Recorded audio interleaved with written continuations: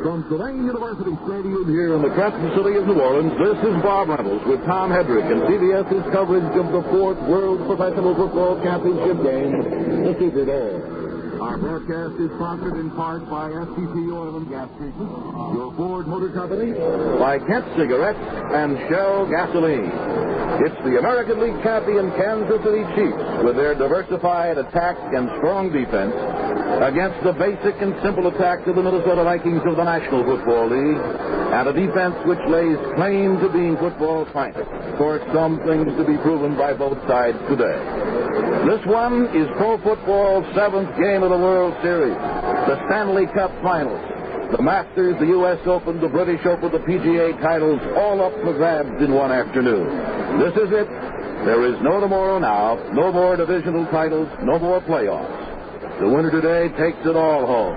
The coveted championship of the world, the $15,000 a man that is the winner's share, and the opportunities to cash in on the success with endorsements and off-season appearances that can make it permanently for some of these top-flight performers.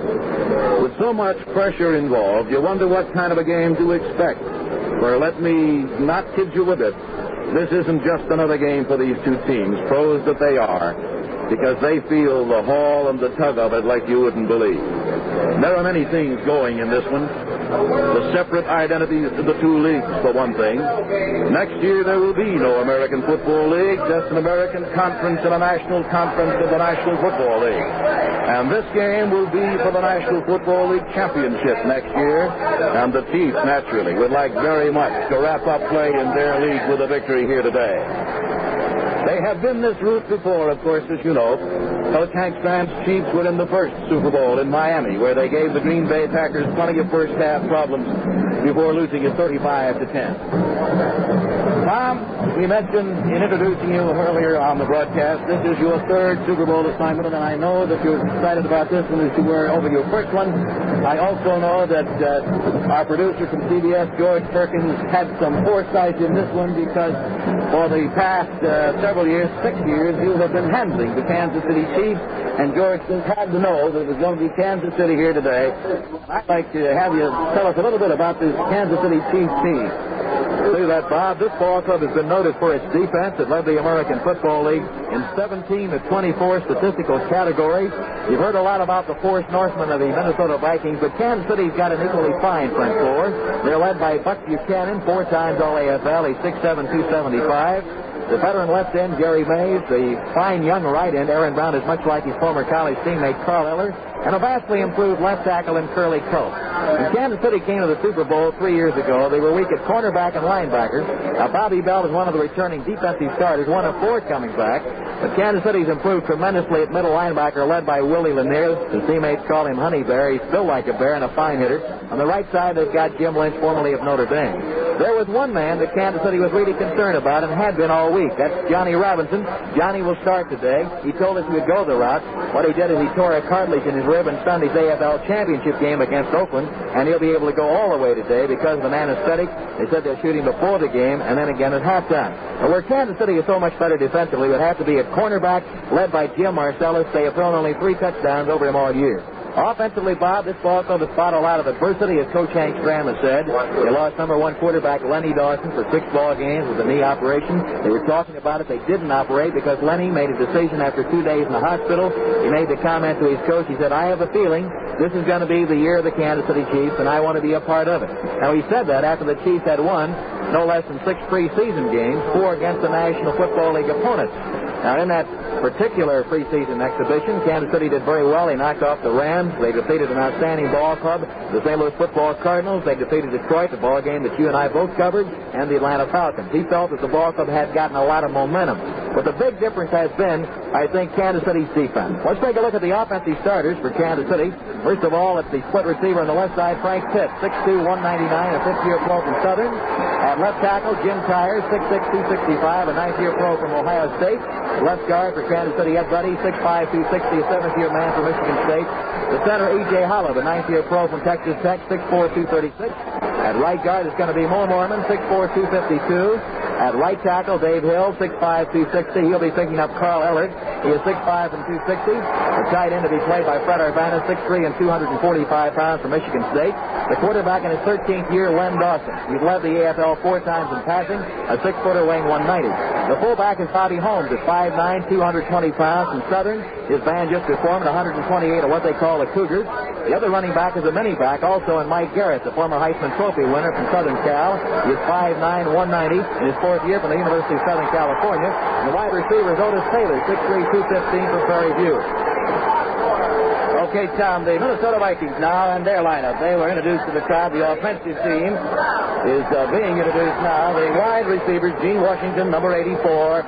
Fine, one of the best in the league. Played his college ball at Michigan State. Will be one of the wide receivers, number 84. John Henderson, number 80, who played his ball at the University of Michigan, will be the other wide receiver. To the tight end, John Beasley, 6'3", 233, 3-year veteran from California. In the backfield, Joe Kapp, the quarterback. Needs we say more. And the running backs will be number 41, Dave Osborne from North Dakota, and number 30, Bill Brown from Illinois. Along the line, the veteran Grady Alderman and Ron Yary, the second-year man from Southern Cal, will man the tackle spot. Grady Alderman, a 10-year veteran. At the guard from Minnesota, Jim Malone, number 63, and Milt Sunday, number 64. And at center, the All-Pro from Nebraska, number 53, Mick Singlehorn. Defensively, leading the Purple People Eaters, as they like to be called, at defensive end on the left side, number 81, Carl Eller, who played his college ball at Minnesota. At defensive tackle alongside of him, number 77, Gary Larson, who played at Concordia. Number 88, the other defensive tackle, Alan Page, the 3-year man from Notre Dame. And at the other defensive end spot, the veteran Jim Marshall, the 10-year man who played his college ball at Ohio State. The linebacking core for the Minnesota Vikings, number 60, Roy Winston from LSU. At the middle linebacking spot, number 59, Lonnie Warwick. And at the right linebacking post, Wally Hilgenberg, who played at Iowa. The left cornerback for the Vikings, the veteran Herschel McBee, number 46. At the right corner spot will be Ed Sherrockman, number 45. At left safety, number 29, Carl Kotelski from Drake. And at the right safety spot, Paul Trout from Iowa. So there you have the offensive and the defensive alignment of the Minnesota Vikings. We have also been introduced to the Kansas City Chiefs, and now coming out of their tunnel to our right, the remainder of the Kansas City squad. Coming over to the bench, they will have the bench immediately below us here on the west side of this Tulane Stadium, which runs playing field-wise north and south. The Minnesota Vikings across the way. Among the many well-known personalities attending the Apollo 11 moon astronauts, Pete Conrad, Al Bean, and Dick Gordon. And they are now moving out into the center of the field around the 15-yard line on the south side, where they will be presented membership in the National Football League Players Association. The presentation being made to the 3 astronauts, making them life members. The Minnesota Vikings receiving team is lined up along the 40-yard line. The kickoff team is the Kansas City Chiefs to the right. And as the presentation is being made to the 3 astronauts, the university band behind playing in the background from Southern University. The only moon men in the whole wide world are from the United States of America. And what a hand they get, and deservingly so. As we mentioned, the Minnesota Vikings won the toss, and they will receive. And that means that Jan Stenerud will be doing the kicking off. Doc Severinsen now, and Pat O'Brien, and the band and chorus from Southern University will present the national anthem.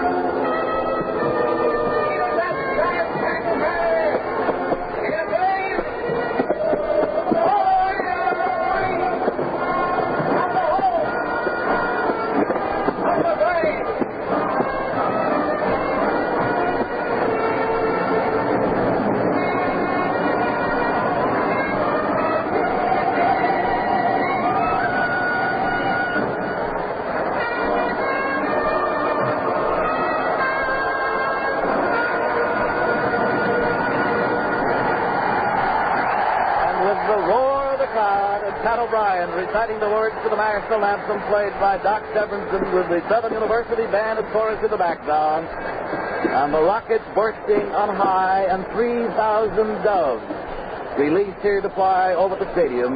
We are just about ready to get this one underway, and we are happy that CBS was able to send it to our armed forces overseas. And we hope soon that all of them will be back in the land of the free to enjoy these spectacles here such as we have today. And now ready to bring you all the action as the Minnesota Vikings get set to receive the kickoff. The voice of the Chief, Tom Hedrick. Thank you, Bob. And kicking off for Kansas City is John Stenerud. He'll be kicking from the 40-yard line, and two deep men for the Minnesota Vikings, 2 yards deep across the end line, are Clinton Jones, who now is in his third year from Michigan State University. On the other side, Charlie West. Both men average better than 26 yards per kickoff return, and Bud Grant has said field position and the first touchdown will be vitally important. John Stenerud, when he gets into the ball, normally kicks the ball 5 yards deep. Let's see if he does now. Stenerud, the AFL's number 2 scorer, kicks the football game off for the 4th time in the Super Bowl. The Chiefs enter for the 2nd time. There will be no run back by Charlie West. John Stenerud just kicked one 70 yards downfield. And the Vikings will take over 1st and 10 at their 20-yard line. This young man has got an outstanding leg. Soccer-style kickers came into professional football in 1964 when Pete Gogolak at Buffalo did quite a job with the Buffalo Bills and the AFL champions. Joe Kapp will direct the Minnesota Viking offense, a football team that rolled up 379 offensive points, and they clicked at 12 straight. The center is Mick Tingelhoff. His running backs will be Bill Brown and Dave Osborne. Wide to the far side, Gene Washington. On the near side, it's going to be John Henderson. Backs are split. A snap, a running play to Osborne off left tackle. He moves out to the 22-yard line. Dave Osborne, a slicing type runner, down his 5th year for North Dakota, head around the left end. He got hit by Willie Lanier. That'll be a gain of some 2 yards, 2nd down and 8. Ozzie, as the Vikings called him last week, gained 108 yards rushing. He was able to score a 20-yard touchdown. He carried the football 18 times. He missed almost all of last year with a bad knee. They operated. Flanker back to the near side, John Henderson. Wide left, Gene Washington. In the backs are split Bill Brown, along with Dave Osborne. Back to throw, Joe Kapp, a sideliner. The ball is caught at the 29 by Dave Osborne, and he's run out of bounds for a Viking 1st and 10 after a 10-yard gain. Jim Lynch, Kansas City's right side backer, came in to do the job, and the Vikings have their first 1st and 10 on a 10-yard completion. One of the things, of course, that those who follow the National Football League and the Minnesota Vikings in particular are aware of, and that is that quarterback Joe Kapp normally does not like to go to the short man. He likes to go deep, and he throws to Osborne, to Osborne that time short to pick up the first down. Very effective forward passer. He's got that good arm. He has thrown for 19 touchdowns and only 13 interceptions. Running play to Bill Brown off left tackle. He's hit by Jim Lynch at the 35-yard line. So the powerful running fullback of the Minnesota Vikings gets 3 yards off left tackle. It's now 2nd down, 7 yards to go. Bill Brown last year was able to score 11 touchdowns. He gained 805 yards. He was the star in the Pro Bowl. He has played in 4 different Pro Bowls, and Bud Grant said he's the best all-around fullback in the NFL. He said that because he can catch the football, he can block, and he's a fine runner. John Henderson, the flanker back. Gene Washington wide to the left side. Emmett Thomas will pick up Gene Washington on the far side of the field. There's speed against speed. 2nd down 7 at the Vikings, 35. Back to throw, Joe Kapp. He's got time. He throws under pressure. Ball is caught by John Beasley at midfield. He runs to Kansas City, 39. Quarterback Joe Kapp in the pocket. Had all sorts of time to throw, 5 to 6 seconds. He unleashed one to his tight end, John Beasley. He's made 34 catches now and rambles all the way to the Chiefs, 39. That's good for a 24-yard gain. And around the NFL, they talk not only about the wide receiver, Gene Washington, but they also talk about John Beasley. They double cover the wide men like John Henderson and Gene Washington, and quarterback Kapp can throw to his tight end. One of the most underrated tight ends in all of pro football. Kapp again in a pro set. They're much like the Green Bay Packers in their approach, very direct, and they block and tackle with anybody in pro ball. Fake blitz by Kansas City. A long count at the Chiefs' 39-yard line. Kapp at quarterback, running play to Osborne. The guard pulls out. Osborne gets about a yard. He is stopped at the 38-yard line off left tackle. Jim Kearney was the man who came in to turn the play in, and he made the tackle. They were running that time at right end, Aaron Brown. Defensively, Kansas City has got Jerry Mays at left end. He's lost some 8 pounds. He's down to 238 pounds. Curly Culp at left tackle. Buck Buchanan at right tackle. Aaron Brown, 6'5", 265 at right end. The linebackers are Bobby Bell, All AFL 5 straight years. Lanier in the middle and Jim Lynch on the right side. The Vikings picked up a yard. Second down 9 at the Kansas City 38. No score in the first quarter. We're in the Super Bowl. The Vikings against the Chiefs. Cap back to throw. He sets up the throw from the 47. He dumps one to Bill Brown. He is hit by Bobby Bell at the 40-yard line, but gets by him. Curly Culp tries to tackle him, and Jerry Mays finally makes the save. Joe Cap, the quarterback, had to dump the ball quickly. He completed one to Brown. He got hit near the 40-yard line and finally dropped by Jerry Mays to 39. That'll be a loss of 1. It brings up third down and 10. In every prior Super Bowl, third down has been the big down. In the first one, Bart Starr clicked on 9 out of 13 third down plays for 168 yards and 2 touchdowns. Cap has been a winner. His statistics, yes, they're impressive. But the thing about him, he's a scrambling quarterback, a born leader with a good arm. And the thing he will do is he can run to the outside. Third down and 10 at the Kansas City 39-yard line. Henderson wide left. To the near side, Gene Washington. Fake running play, back to throw, Joe Cap. He sets up throwing over the middle. It's incomplete at the 27-yard line. They were trying to John Beasley. And Willie Lanier nearly intercepted for Kansas City. So that means the Minnesota Vikings now, talking about the kicking game, will bring their kicking specialists onto the field. And Kansas City will do likewise. It brings up fourth down and 10 yards to go. Outstanding kicking game for both these clubs. They've got Fred Cox, a tremendous football player. He's kicked 121 points this year for the Minnesota Vikings to lead the National Football League. But now they're back to kick it. Back to boot the ball is the rookie from Pacific, Bob Lee. He averaged 40 yards a try. Dual safety men for Kansas City. Mike Greer at the right safety. On the other side, Willie Mitchell, a short kick. He's angling for the far corner. Hits to the 15-yard line. Bob Lee's kick bounds out of bounds to the 17. So that means a good kick as far as hemming up Kansas City. The ball will come back to the 17, and the Chiefs will take over 83 yards from the goal line on a 22-yard boot by Bob Lee. 10:58 to play in the first quarter. Kansas City nothing. They're taking over for the first time offensively. And the Vikings, 4 Norsemen comes on the field. One of the most celebrated front fours in all of pro football. Like the fearsome foursome at L.A., they're led by Jim Marshall at right end, Carl Eller, the All-League performer, left end, Gary Larson, and Alan Page. The Chiefs are in the I formation. The National Football League fans are much like the Cowboys. Now the Chiefs have 2 tight ends, a single flanker back, a wide receiver, Otis Taylor, running play straight ahead to Bobby Holmes. Bobby Holmes gets 3 off left guard. He is stopped by Wally Hilgenberg and by Gary Larson. And that time the Chiefs fullback went straight ahead for a gain of 3, second down and 7. Bob, I would say this. It's got to be a balanced attack for both the Vikings and Chiefs. You've got to hurt the defenses running and passing. One of the first things, of course, that Hank Tram will try to determine here as they get the ball for the first time, the Chiefs, is to find out whether they can establish a running game against these big front 4 of the Minnesota Vikings before they have to go to the air to test them that way. Chiefs this year averaged 159 yards rushing a game, the top figure in the AFL. Again, 2 tight ends. That gives him an extra block. Lenny Dawson back to throw, rolls to his left. He's got the man open at the 30. Mike Garrett, he makes a foot fake, and he's moved out of bounds to the 36-yard line. A halfback pass to Mike Garrett. That one is good for 16 yards. Ed Shirachman runs him out of bounds. Now, Garrett this year has caught 44 passes. Last year he led the Kansas City Chiefs in catching the football. It's the Chiefs' first and 10 of the afternoon on a 16-yard completion. Now the first and 10s are even. 10 minutes, 10 seconds to play in the first quarter. No score. The Chiefs offensively have Holliv at center, Ed Buddy and Mo Mormon at guards, Dave Hill and Jim Tyre at tackles. Kansas City in the I formation. Hank Stram calls this the tight I formation. Now you'll have the left end. Frank tips outside the left tackle by 5 yards.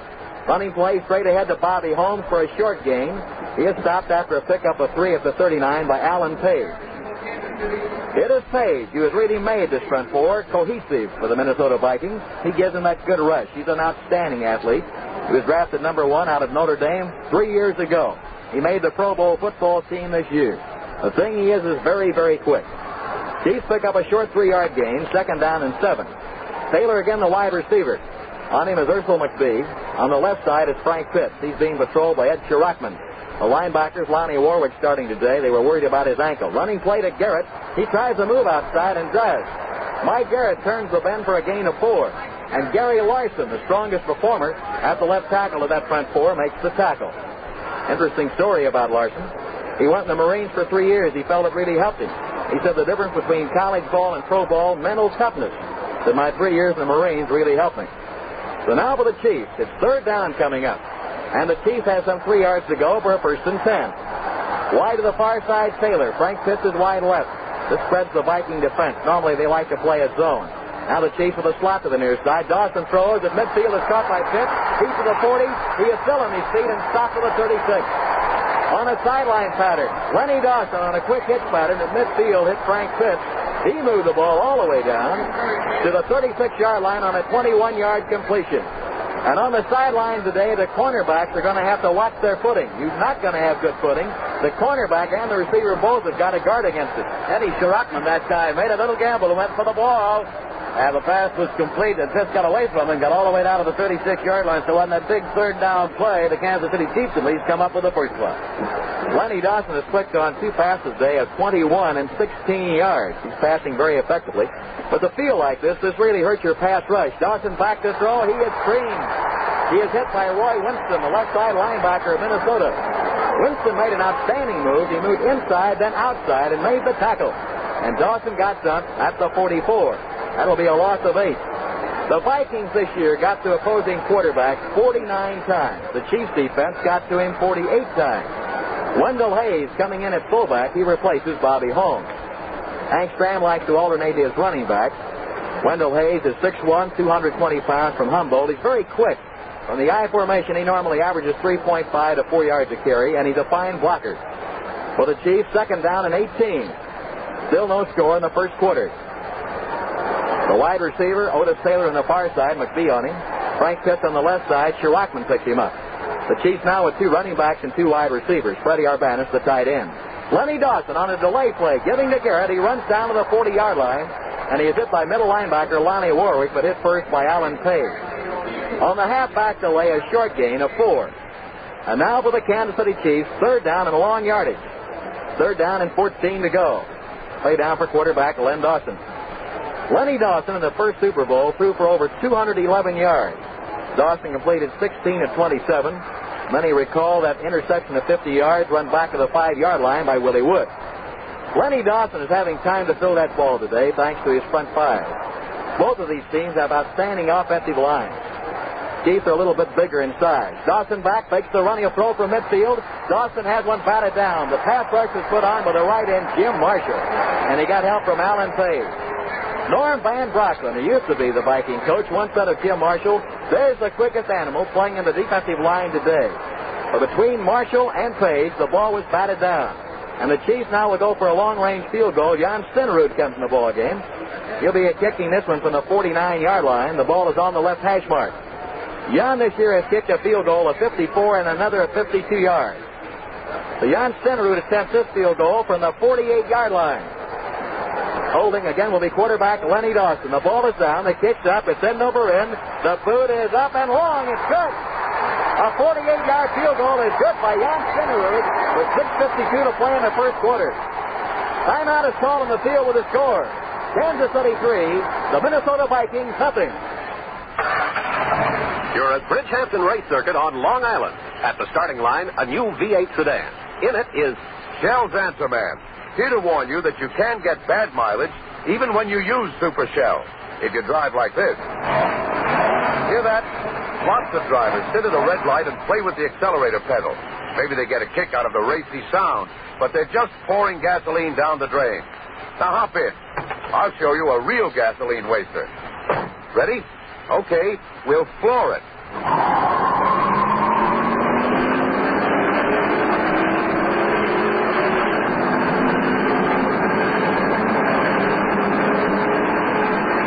To 60 in 12 seconds. But during that acceleration, we were getting only 6 miles per gallon in a car that should deliver 18 miles per gallon at steady highway speed. Get the message? For good mileage, get Super Shell.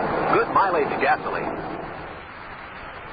Jan Stenerud holds the pro record. He kicked 16 straight field goals. He tied the pro record, established first by Lou Groza. He got his 12th in a row on a 52-yarder. Stenerud has an outstanding leg. And if it comes down to the kicking game, you've got 2 of the finest here. Cox, very accurate, 26 to 37. Jan Stenerud kicked 27 of 35 field goals during the regular season. There's Stenerud kicking off. A moment ago, he kicked one 10 yards deep, and again, no return by Charlie West. We pause 10 seconds for station identification. This is the CBS Radio Network. WROW Music, Albany. The present Capital District temperature 24 degrees. WROW Music time, 3 minutes before 4. 1,000 fans look on today. 6:47 to play in the first quarter. And the score, Kansas City 3, Minnesota Vikings nothing. That drive netted Kansas City 43 yards. 2 pass plays did it. A 16-yard pass, a 21-yard pass. Cap at quarterback with the Vikings. His backs are in tight. Wide receiver Henderson on the near side. Running play on the draw, coming to Brown. He's straight up the middle. He gets tackled at the 23-yard line by Buck Buchanan, Curly Culp, and Willie Lanier. The middle of that interior line did the job for the Chiefs. Kansas City led the American Football League again against the rush. And incidentally, the man that has made Kansas City has been Curly Culp. Chiefs had problems getting good pressure on the quarterback until Culp came along. He used to be an NCAA wrestling champion. Second down 7 of the Vikings 23. Cap at quarterback. He drops back to throw from the 15. Cap looks his heel over. He's Reichman tackled. He gets stumped to the 16-yard line by left end Jerry Mays. Jerry Mays plays heat on the quarterback. Culp made the quarterback back out, and Jerry Mays came in to make the tackle. Yesterday, in spotting the film, I noted what Jerry Mays and Johnny Robinson both said about Cap, the thing they liked about it. He said he can go back in the pocket. He doesn't tip off which way he's going to throw, either right or left.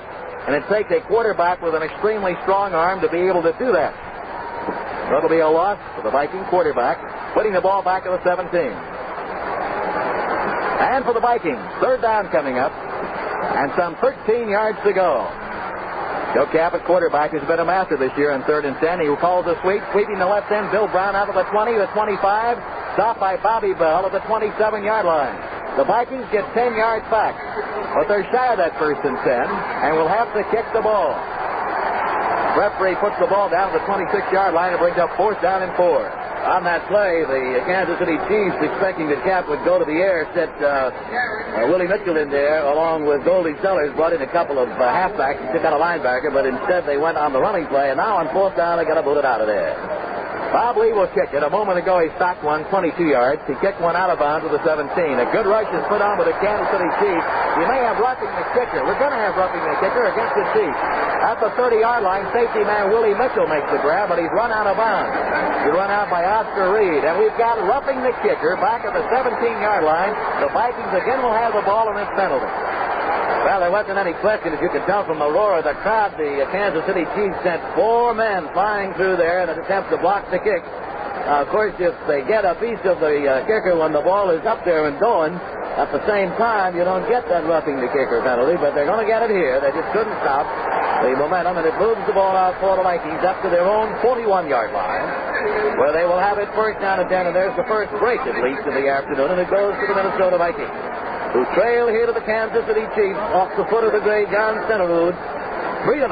Stenerud kicking a 48-yard field goal, a new Super Bowl record. 1st and 10, Minnesota at their own 41. The man who roughed the kicker was safety man Caesar Belzer, just activated this afternoon. 1st and 10 on the 41. Joe Cap on a play-action pass goes to the sideline. Bill Brown is tackled on a sideline pattern by Jim Kearney, the strong safety man of Kansas City. Bill Brown can catch that ball. He is the Vikings' all-time leading receiver. He's caught 227 balls. He's a fine blocker as well. And Jim Kearney came up in the strong safety to make the tackle. Jim used to be in the National Football League, a cornerback at Detroit and a running back at Philadelphia. On the play, a gain of only 2. 2nd down and 8. And the Vikings, 43. They trail the Chiefs 3-0 in the first quarter. 4.5 minutes to play. Cap at quarterback. Wide left is Gene Washington. Henderson on the near side. Cap will go back to throw from the 35. He does. At the 45-yard line, the grab was made by Dave Osborne, and he got hit immediately by right side linebacker Jim Lynch. Lynch, for the 2nd time, has picked up Osborne on that circle pass. And that'll be a gain of a yard. And for the Vikings, it'll bring up 3rd down, 7 yards to go. Early in the ball game, the Chiefs outside linebackers have picked up that swing or circle pass very well. What they figure there, and Osborne has greater speed than an outside linebacker like Jim Lynch. This is a thing we've seen in pro football the last 5 or 6 years. Vikings All-Pro center Mick Tingelhoff leads out the Viking offensive line. Been all NFL 6 different times. Signed as a free agent. Gene Washington, the bomb threat is wide left. Fake running play. Cap will throw from the 35. He throws to the sideline near midfield. Henderson makes the catch. An outstanding catch for the wide receiver of the Vikings, John Henderson.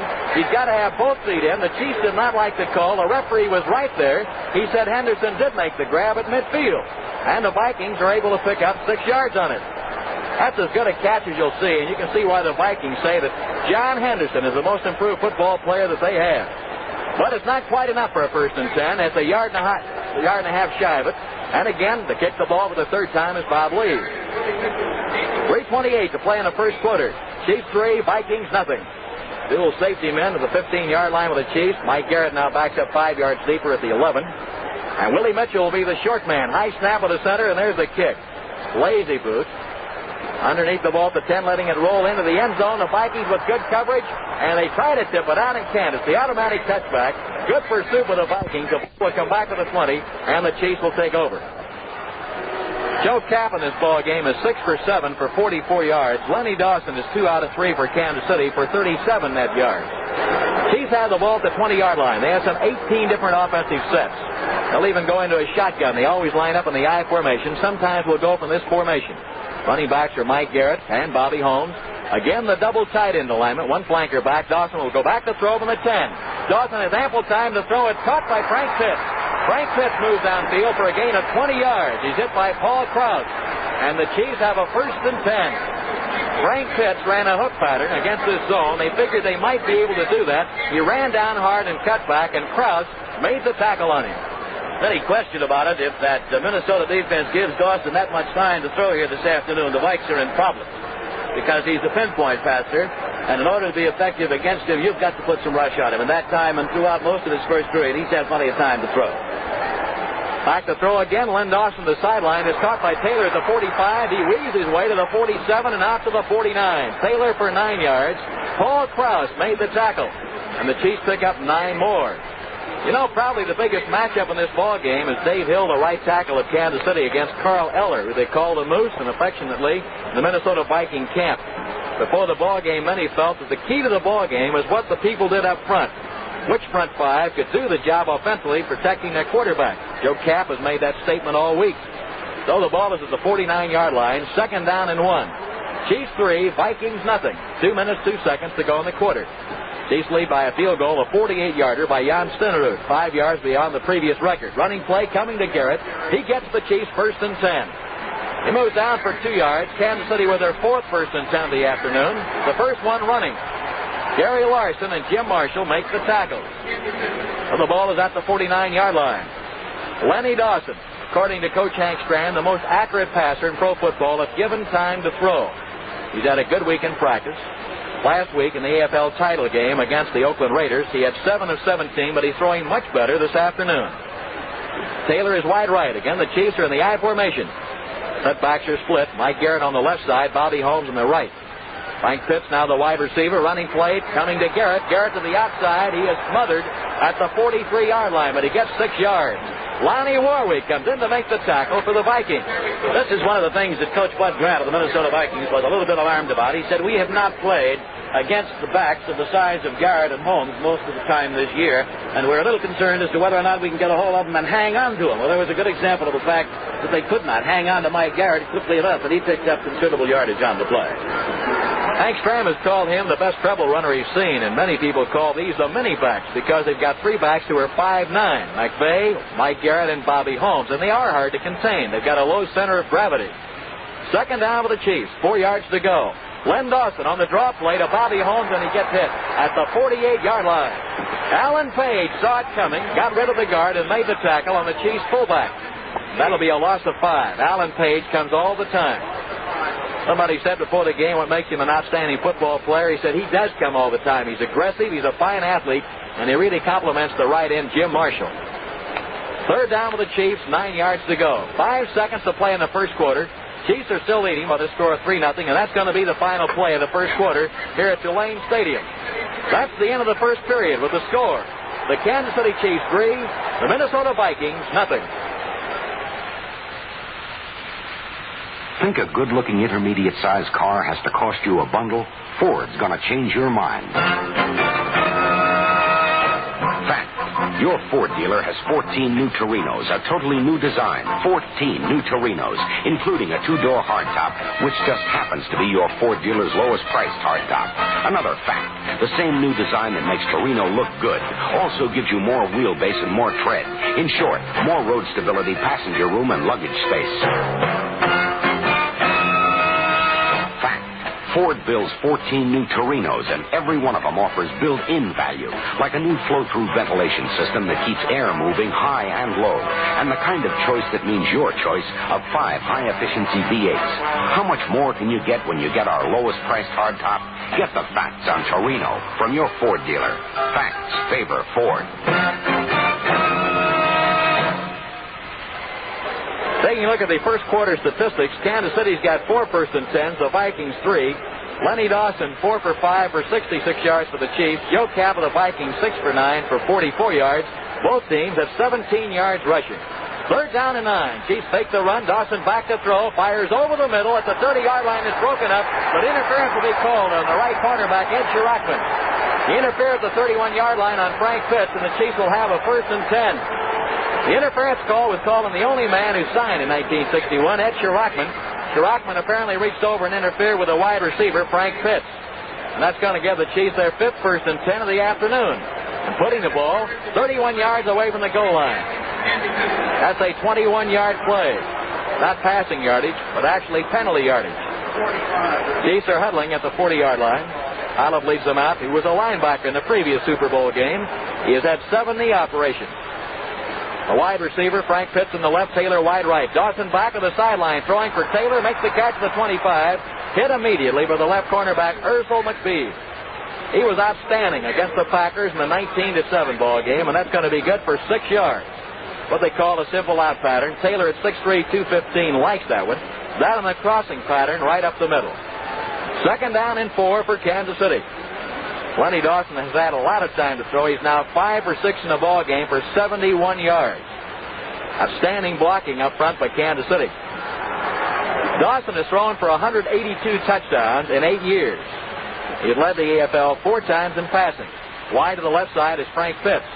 Running backs are split. Garrett on the right side, Bobby Holmes on the left.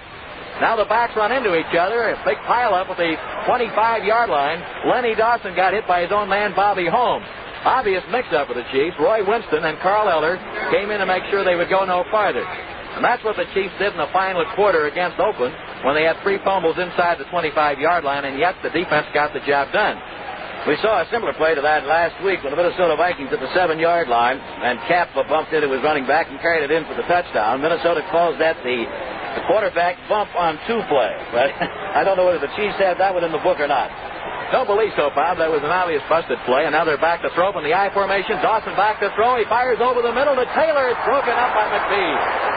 Otis Taylor was running to the far sideline. The ball was batted down by McBee, who played his man perfectly. The moment that Taylor was trying to make his cut, the ball was thrown, and McBee was up there to time it well and bat the ball down. And now Taylor has lost his shoe. He'll leave the scene for the Kansas City Chiefs. He'll be replaced by Gloucester Richardson. And for the Chiefs, it'll bring up 4th down. And Kansas City's got some 4 yards to go. Lenny Dawson looking at the near sideline. He's already had one long 48-yard field goal today by Jan Stenerud. He'll attempt another one.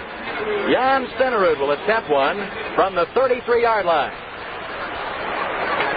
13:24 to play in the first half. This could give Kansas City a 6-point lead. The ball's down. They kicked up. It's perfect. A 33-yard field goal. Good by Jan Stenerud. There's timeout and call in the field with the score.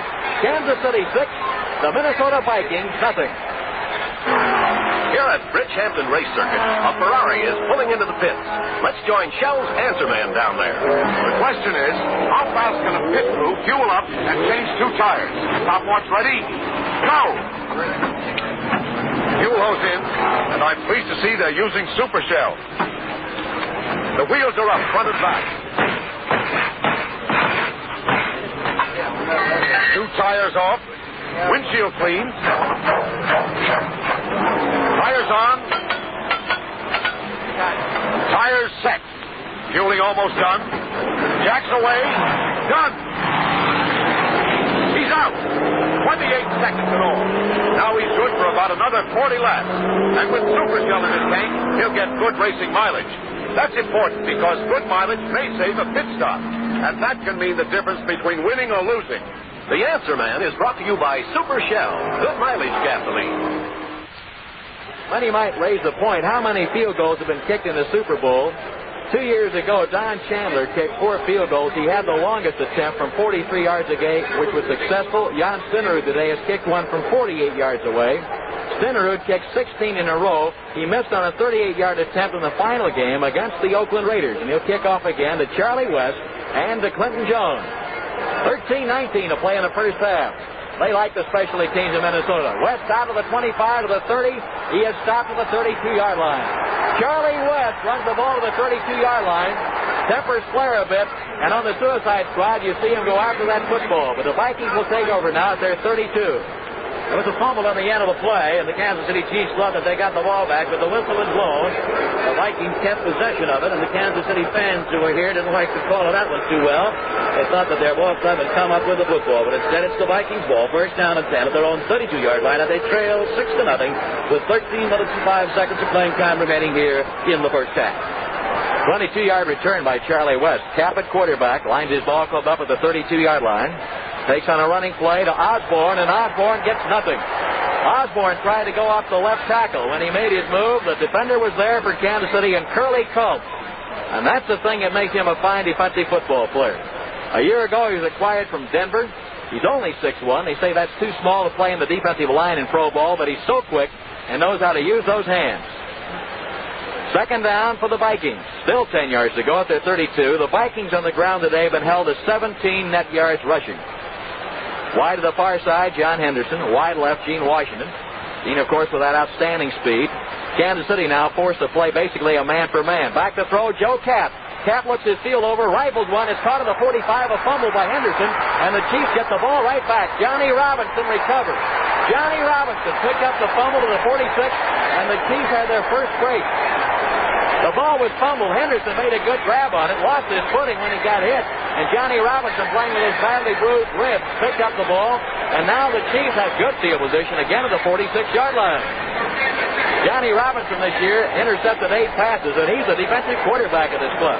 Well, of course, as we mentioned at the start of the broadcast, one of the things that was going to be very important here was field position, and the fact that both of the clubs had the fine foot in Stenerud and Cox, and so far the Vikings have been on the short end of it as Stenerud has the 2 field goals. Chiefs are lining up in the I formation. Wendell Hayes, the first back, the deep man in the I formation. It's going to be running back Mike Garrett. Mike gets stopped. He gets hit behind the line of scrimmage for a loss of 2 by Alan Page.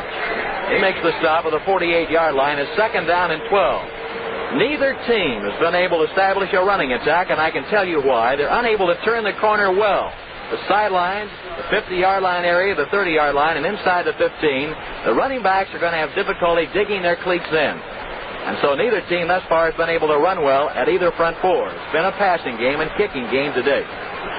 Second down, 12 to go. Dawson back to throw from the 45. Len has time. He's throwing one deep for Taylor, and he tries to come back, and the Vikings intercept. The Vikings intercept at the 7-yard line as Paul Krause does the job. He's a free safety man acquired a year ago from Washington. In his rookie year, he picked off 12, and here's a man that's really helped the Vikings get the interception time after time. Maybe some who say that time Dawson put it up for grabs, but not so. A great defensive play. But timeout is called on the field with the score Kansas City 6, Minnesota nothing. Andy, why did Avis decide to use both STP oil treatment and STP gas treatment in 75,000 new rent-a-cars a year? Golly, Granatelli, I'm surprised at you. Of all the people, you should know that STP oil treatment is one of the best new car insurance policies you can buy, especially now in winter when your engine needs extra lubrication to start easier on cold winter mornings. I get it. Oh, hey, there's a parking space. Honey, you'll never fit in that space. And you take care of selling STP and leave the driving to me for a change, okay? But, Dolly... For instance, why don't you have the Avis people tell all their customers how STP oil treatment acts just like antifreeze for oil? Dolly... And why don't you have Avis explain to everyone how STP gasoline treatment helps keep their cars from stalling all winter long? Look, honey... And then why don't you... Dolly... What, dear? Why don't you take my advice and look for a bigger parking space? STP is the rated edge. Bob Reynolds along with Tom Hedrick here from Tulane Stadium in New Orleans, the Super Bowl. 6-0. The Kansas City Chiefs out in front. The Minnesota Vikings with the interception have it 1st and 10 at their own 7-yard line. Vikings just did a whale of a job defensively getting the ball back for their offense. Vikings line up again in the pro set. Joe Kapp at quarterback in his 11th year. Played 8 years up in Canada. Was an outstanding running quarterback and throwing quarterback there. Dave Osborne straight ahead for 3. Osborne stopped at the 10-yard line after that 3-yard gain. It's 2nd down 7. Jim Lynch came in to hit him. And the block was thrown offensively by right tackle Ron Yeri.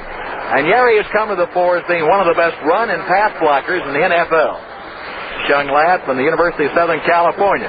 6'6", 265, college football's #1 lineman 2 years ago. 2nd down and 7. Vikings on the ground with 20 yards. Kansas City with 17. 10.5 minutes to play in the first half. Chiefs 6, Minnesota Vikings nothing. Kansas City now playing with a 4-3 defense. Back to throw from the goal line. Joe Kapp sets up. He's throwing for the bomb for Gene Washington. Emmett Thomas goes back, and he has the ball and drops it. Emmett Thomas, who led the AFL with 9 interceptions, lost his footing again at the 35-yard line, right in front of the bench, and that's going to happen all afternoon, Bob. The receivers losing their footing, as well as the men who try to intercept. I'll say one thing, they had single coverage on Washington so far in the ball game, and Emmett Thomas, who's been on him, along with Johnny Robinson on the other side, have done a fine job. They've stayed right with him, and Washington, of course, during the course of the season, caught 39 for 821 yards and 9 touchdowns, and he's a tough man to cover, but the Kansas City Chiefs, who here in the first half of this ball game at least, seem to be just a bit sharper than the Minnesota Vikings are doing the job defensively. One reason this is happening, too, Kapp is having to unload more quickly than he wants to, is Buck Buchanan playing over the nose of the center, Mick Tingelhoff, and Tingelhoff gives away 50 pounds. Bob Grimm in the ball game relieving Gene Washington. For the Vikings, 3rd down and 7 to go at the 10-yard line. Kapp with a long count, probably an audible. Flags are down, they'll get 5 yards for delay of game. Illegal procedure, and 5 yards delay of game, as this will move the ball back to the 5-yard line. Quarterback Joe Kapp simply took too long to call the play. Now, normally in the National Football League, you don't see a defensive tackle over the nose of the center. But we have seen it time after time today. In the preseason game, 1 year ago up in Bloomington by Kansas City, Buchanan had a big day against a guy like Tingelhoff. Tingelhoff is outstanding against the blitz, one of the best in that phase of the game. They say he's a chop blocker. In other words, he'll come in and chop the legs out from underneath you. A very good technique for an offensive center, and it's been quite effective for him. 3rd down for the Vikings, 11 yards to go at their 5-yard line, 10:22 to play. Kansas City with 2 field goals, leading 6-0. Joe Kapp on a play-action pass goes behind the goalpost. He'll throw the ball. He throws on the dead run. He fires deep for Bob Grimm. 2 men over to cover at the 45-yard line. Dropping back with Johnny Robinson along with Jim Marcellus. Marcellus has done a great job for Kansas City on that left cornerback in his rookie year, and that's why they drafted him #1. There was a notable weakness for Kansas City. 3 years ago in the Super Bowl, it came at cornerback, but Marcellus and Emmett Thomas have solved that problem. The Vikings have run out of downs. 4th down and 11. And they've got to kick the ball as Bob Lee comes on the scene. A moment ago when he got roughed, he got off unofficially a 55-yard kick. He doesn't have a lot of kicking room. He's almost out of the end zone. Mike Garrett and Willie Mitchell, the dual safety men of the 41 for the Chiefs. Just over 10 minutes to play in the half. Short kick. The ball will hit Mike Garrett at the 43, and he'll be driven back. Excellent coverage by the Vikings, but the Chiefs have good field position at the 44-yard line. That tackle was made by Mick Tingelhoff. Timeout is called on the field with a score, Kansas City 6, the Minnesota Vikings nothing. Thus far on 3rd down, quarterback Joe Kapp 0 for 4 and Lenny Dawson 0 for 2. The story of this ball game has been Kansas City's defense and their kicking game. They're getting good field position time after time and keeping pressure on the Vikings. They have the ball at the 44. Len Dawson on the end-around play, giving to Frank Pitts at the 40, at the 35, at the 30. He is run down the 25-yard line. The end-around play to Frank Pitts, good for 19 yards. And a Kansas City first down. 10 minutes to go in the first half. And you just saw to the outside Frank Pitts, who can run the 100-yard dash in 9.5 on the end-around play, get 19. And the Chiefs in the previous preseason game also used that play to perfection. A real hard one for the defense to pick up because normally the end, once they see the play going the opposite way, will move over to pursue. And Frank Pitts came back to the weak side and got 19. Chiefs through the years has averaged 10 yards a try on that particular play. Kansas City in the I formation. Contact is made by Alan Page. The Chiefs were shifting. Page made contact. It'll be a 5-yard penalty, a legal procedure against the Vikings. And the mark-off will come to the 20-yard line. The Chiefs will have it first down and 5. The Minnesota fans, some 5,000 here booing. The Chiefs fans naturally responding with a big war whoop. And Dawson now will talk to his ball club at the 27. Dawson's had a good day passing. He is 5 for 8 for 72 yards. He's had one interception. That occurred at the 7-yard line by Paul Krause. When the Chiefs offense does a good job, it's Len Dawson at quarterback, Otis Taylor catching the football, and Mike Garrett to the outside. And naturally, those folks up front. First and 5 at the Viking 20-yard line. Double tight end alignment, Freddie Urbanez and Otis Taylor, the tight ends. A busted play, Dawson eats the ball. He is back to the 19. He's hit by Gary Larson. Lenny Dawson, on an obvious busted play, did not pull a Joe Kapp of a week ago who got 7 yards in the score. He came back and he got hit. At one time, Dawson was quite a scrambler. He averaged over 7 yards a carry 4 years ago, but that knee has certainly put a curtailment to all that. For the Chiefs, second down and 5. Kansas City's got fine blocking, particularly from the tackles and the guards. Ed Buddy at 6'5", 260. Mo Mormon, the number 1 draft choice of a season ago, 6'4", 252. Right tackle Dave Hill and left tackle Jim Tyre. Second down and 5. The Chiefs have a size advantage in the line. Running play to Wendell Hayes. He gets 1. He is stopped at the Viking 19. And here's where the Vikings get tough. The linebacker, Lonnie Warwick, came in to get the tackle. He also got help from right end Jim Marshall. Now the Kansas City Chiefs go back to regroup their forces at the 25-yard line. It brings up third down and 4 to go. On third down today, Len Dawson 0 for 2. 8 minutes, 50 seconds to play in the first half. Chiefs lead 6-0 on a 48 and a 33-yard field goal by Jan Stenerud. Chiefs are lining up in the I formation. Wendell Hayes again, the running back. Tailback Mike Garrett on the quick count. The delay call coming to Wendell Hayes. He is stopped at the 16-yard line. Wendell gets 3, and Wally Hilgenberg comes in to make that tackle. It's going to bring up 4th and 1 for Kansas City. Gerald Wilson starts to come on the field, and Jan Stenerud, so the Chiefs will go for a field goal attempt. They're actually 2 yards away from it. And they have a rule in Kansas City. If it's 4th down, they're going to kick the field goal if it's more than 1. It's 4th and 2, and Jan Stenerud again will come on to attempt the field goal. This will be attempted from the 25-yard line. So Jan will be attempting his 3rd field goal of the afternoon. Len Dawson, a holder. And Lenny has been his holder. He's been able to do quite a job. They're going to get a new football. You can do that anytime. The referee, John McDonough, the American Football League, puts the ball down to the 17. Stenerud has gone 2 for 2 this afternoon. He'll kick from the right hash mark. He said a lot determines how the line blocks and how the holder does it. The kick is up, and it's good again. Another field goal by Jan Stenerud, this one from 25 yards away. Timeout is called in the field with a score. Kansas City 9, the Minnesota Vikings 0. What a good time. What a good time. What a good time for a can. Catching sunbeams or dodging raindrops, looking for rainbows high on the hilltop, and suddenly splendid and big, the top is our special place where we play.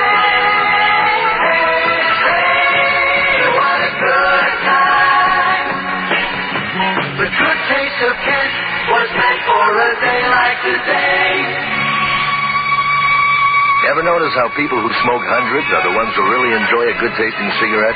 If that's you, get with Kent Hundreds. Nobody does them long like Kent does. So come on. What a good time for a Kent. The Chiefs' defense and the kicking game have given Kansas City a 9-0 lead. Jan Stenerud on 2 different occasions this year has kicked 5 field goals in a single game. He did it twice against the Buffalo Bills. He'll be kicking from the 40-yard line, and the 2 deep men are 2 yards away from that goal line. This one is not as long as in the first quarter. It's a 10. The ball is fumbled by Charlie West. The Chiefs, however, go to the Vikings. At the 19, the Chiefs recover. The Chiefs specialty squad goes downfield, and E.J. Holland was the man who went firing in for that loose football to the 19.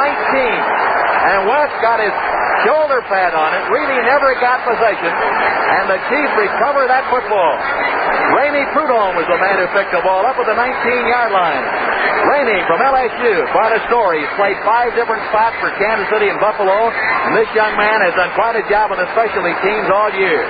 So the Chiefs get a king-size break of the 19 of the Vikings. Turnovers tell you a lot in this ball game. Chiefs have intercepted a pass. They've been able to do the job and maintain that field position throughout the afternoon. The Vikings have not had a 1st and 10 in this quarter. A slot to the left. Len Dawson back to throw. He gets sacked. He gets tackled at the 27-yard line by right end Jim Marshall. And he really came to the outside. We'll pause 10 seconds for station identification. This is the CBS Radio Network. WROW Music, Albany. The present Capital District temperature 23 degrees. The time 4:31. An 8-yard loss of the Chiefs quarterback, and any time he goes down, the Chiefs fans hold their breath. He's been hit twice since they nearly operated upon that knee, bounded up, had to miss a couple of ball games because of that, but Alan Page put the hard rush on him. Now with the Chiefs, 2nd down and 18. Dawson on the running play to Hayes to the 20, inside the 15, and stopped at the 14. On the draw play, Wendell Hayes of Kansas City went straight ahead, was able to move for 7 yards. Wendell liked that play. It's his favorite. He's very quick off the mark, and the lineman liked a black for him. Tremendous trap play on Warwick and Hilgenberg. They went right by him, blocked beautifully for him, and Warwick and Hilgenberg found themselves in the secondary of the Kansas City Chiefs, but by that time, Wendell Hayes with that speed was well past them. And so the ball now at the 14-yard line. And for the Chiefs, 3rd down and 5 yards to go.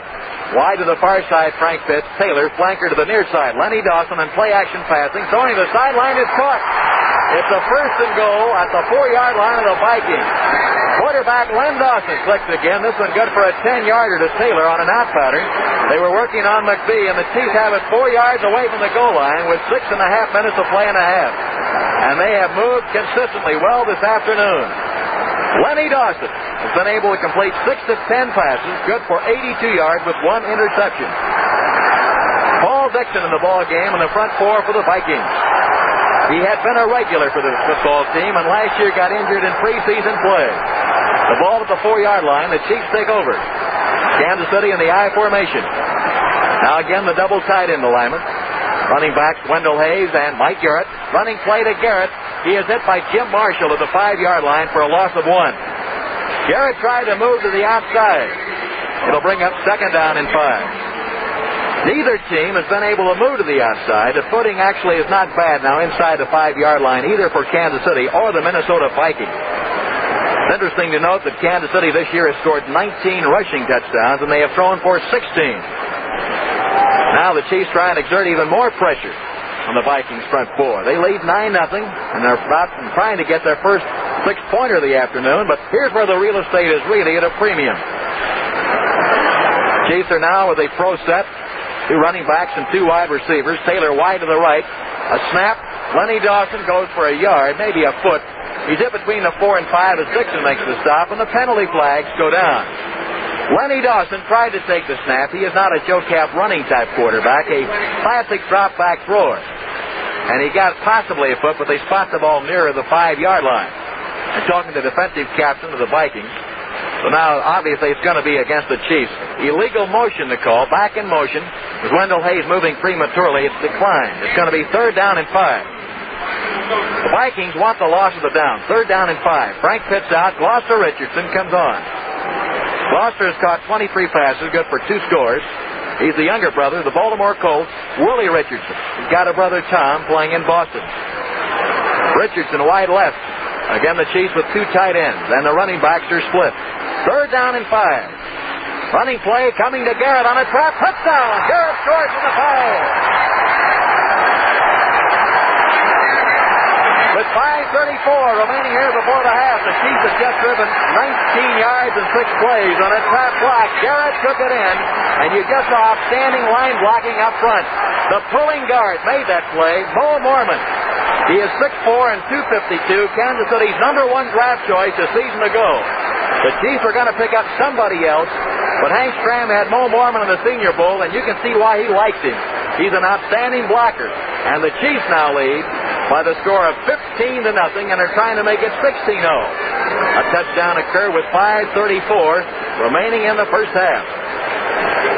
Chiefs lead the Minnesota Vikings 15-0. Holding the ball, Len Dawson. The kick is up, and it's perfect. So with 5:34 remaining in the first half, the Kansas City Chiefs now lead the Minnesota Vikings by the score of 16-0. Field position breaks the kicking game, the factor in this ball game, and a 5-yard run. And Bob, I would say, as you predicted before the ball game, the defenses were going to have to be a tail and the kicking game, and they have. And the Chiefs' defense has also got to be cited, plus their specialty team. Well, so far here in the first half, and the Vikings trailing 16-0 as they are, it's been all the Kansas City Chiefs, as you mentioned. It has been the defensive job turned in by the Chiefs defensive unit. Some great blocking along that Chiefs offensive line, and that time was a good example of it when they opened the fine hole for Garrett, who just breezed through it for the touchdown. And with the foot of Stenerud, we said at the beginning of the broadcast would be a factor here. Certainly has been 3 field goals, the 48, 33, and 25. He's just one short of the Super Bowl record of field goals, and the Vikings have their work cut out for them here against the Kansas City Chiefs, which so far at least appear as though they came to play just a little bit sharper than the Minnesota Vikings in this one. Don't forget that this AFL-NFL World Championship Super Bowl is being carried across the nation by the CBS Radio Network, and to our men in uniform around the world by Armed Forces Radio Service. The Vikings have given up only 4 rushing touchdowns this year, and the Chiefs have just got one right there. And there's a kickoff again by Jan Stenerud. He's kicking into a prevailing wind. The ball is handled at the 5-yard line. Charlie West runs it out to the 20, the 25, to the 30, stopped at the 32. An excellent 27-yard return by Charlie West. He's hit by Ramey Prudhomme, who picked up the fumble to the 19-yard line seconds ago, and by Caesar Belzer. I think it's interesting to note, Tom, that in this game here today, when the Minnesota Vikings have the football, they use a National League football, and when the Kansas City Chiefs have it, they use an American League football. And so far, the American League football has seemed to be a little more effective. Of course, that's more of a passing type ball. The rounded edge with the Duke, as they call it, used by the NFL. Joe Cap throws. Henderson makes the catch at midfield. He streaks all the way to Kansas City's 41-yard line.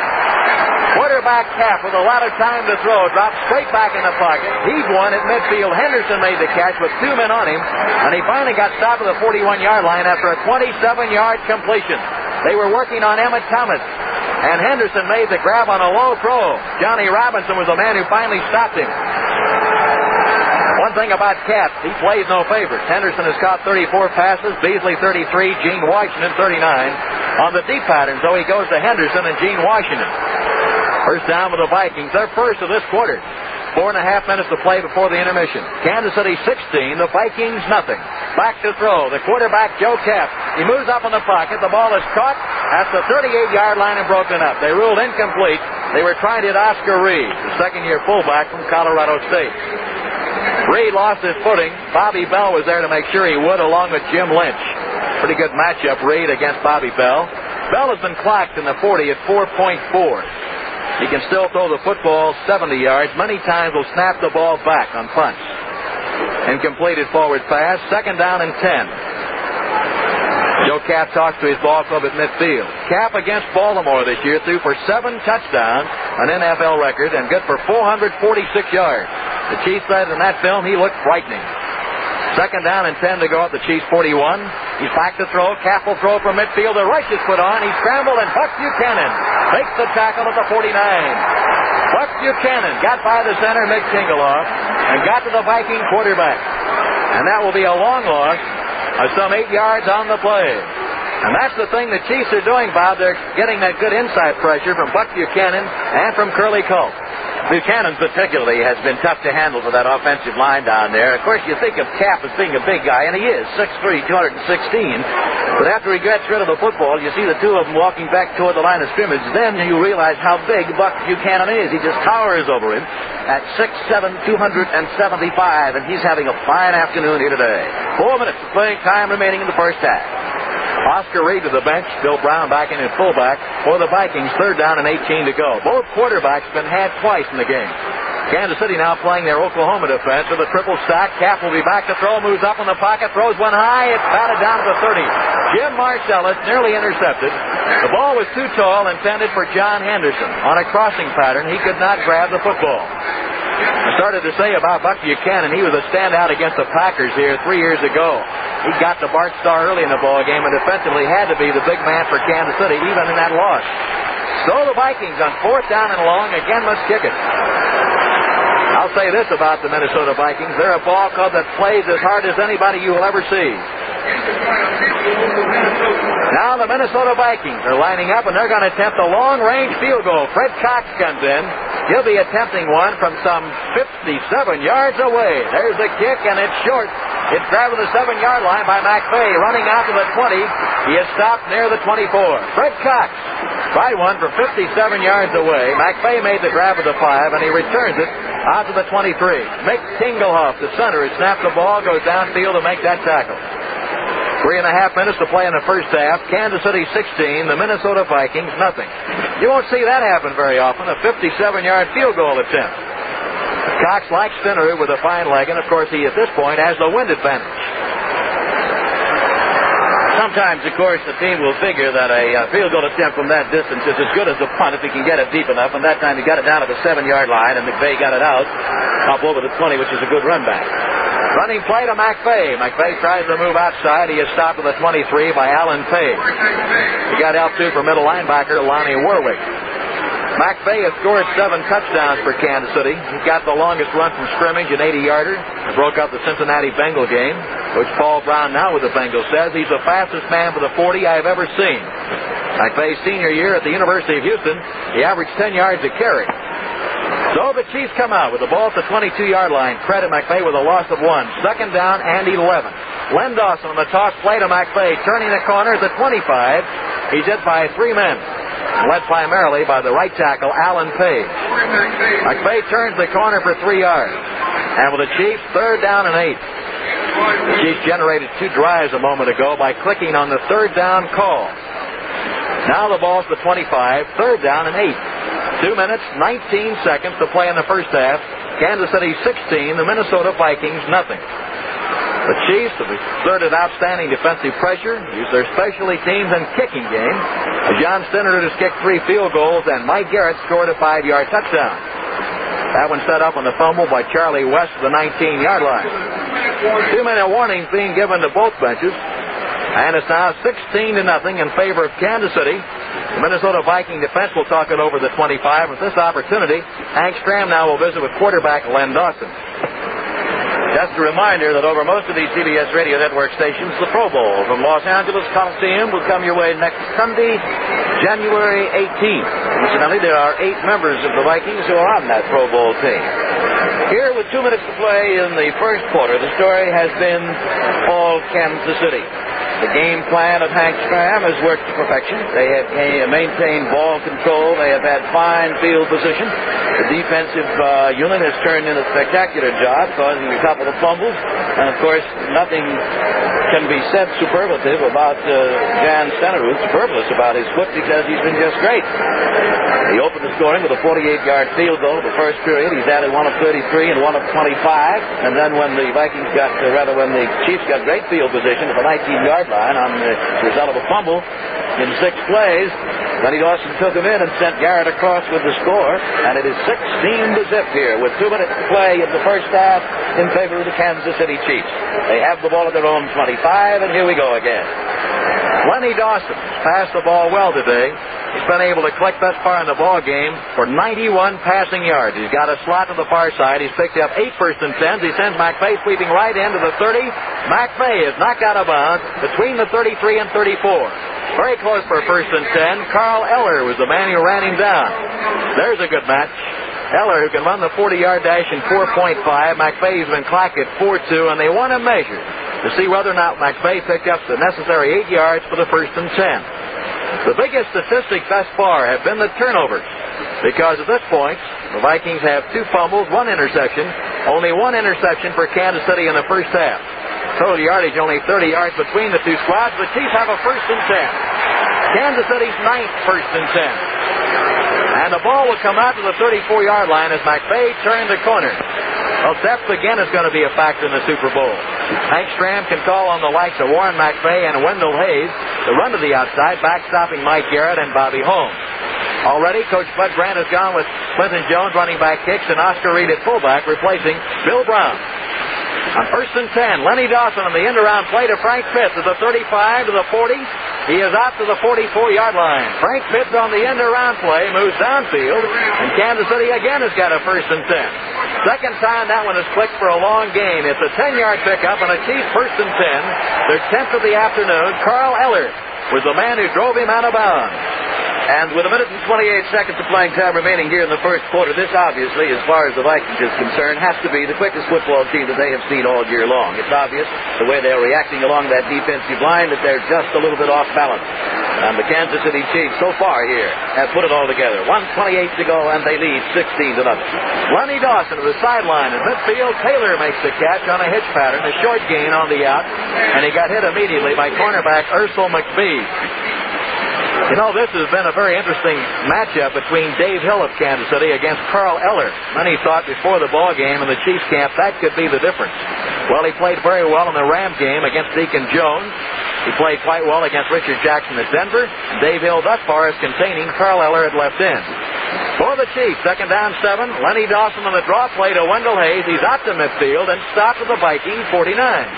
That'll be a pickup of 3 yards for Wendell Hayes. Gary Larson in to make the tackle with 49 seconds to play in the first half. Kansas City 16, the Minnesota Vikings nothing. The Chiefs have done this job primarily going through the air lanes. Len Dawson is having an outstanding first half. He's having time to throw. He's moving from side to side, dropping back one time, moving on the left side one side, to the right the other side. And anytime you see a quarterback get that much time to throw, 5 seconds, a quarterback is going to have time to lay that ball in perfectly. So 49 seconds remain here in the first half. Hope you're enjoying the ball game wherever you're listening. In this country, of course, on CBS Radio and all over the world. Nice to be talking to our servicemen here at Delane Stadium or the Sugar Bowl here in the Crescent City. Tom, we got some unbelievers down below us. Some of the Oakland Raider fans that come all the way across the country carrying a sign along the sidelines which reads, Oakland Raiders, still number 1. Well, with the way this ball game is going, I think the Kansas City Chiefs might have a little argument for them right there. Colorful crowd here of over 80,000 watching this, the 1969 Super Bowl game. The last in this particular alignment, of course, because the league becomes 1 next year.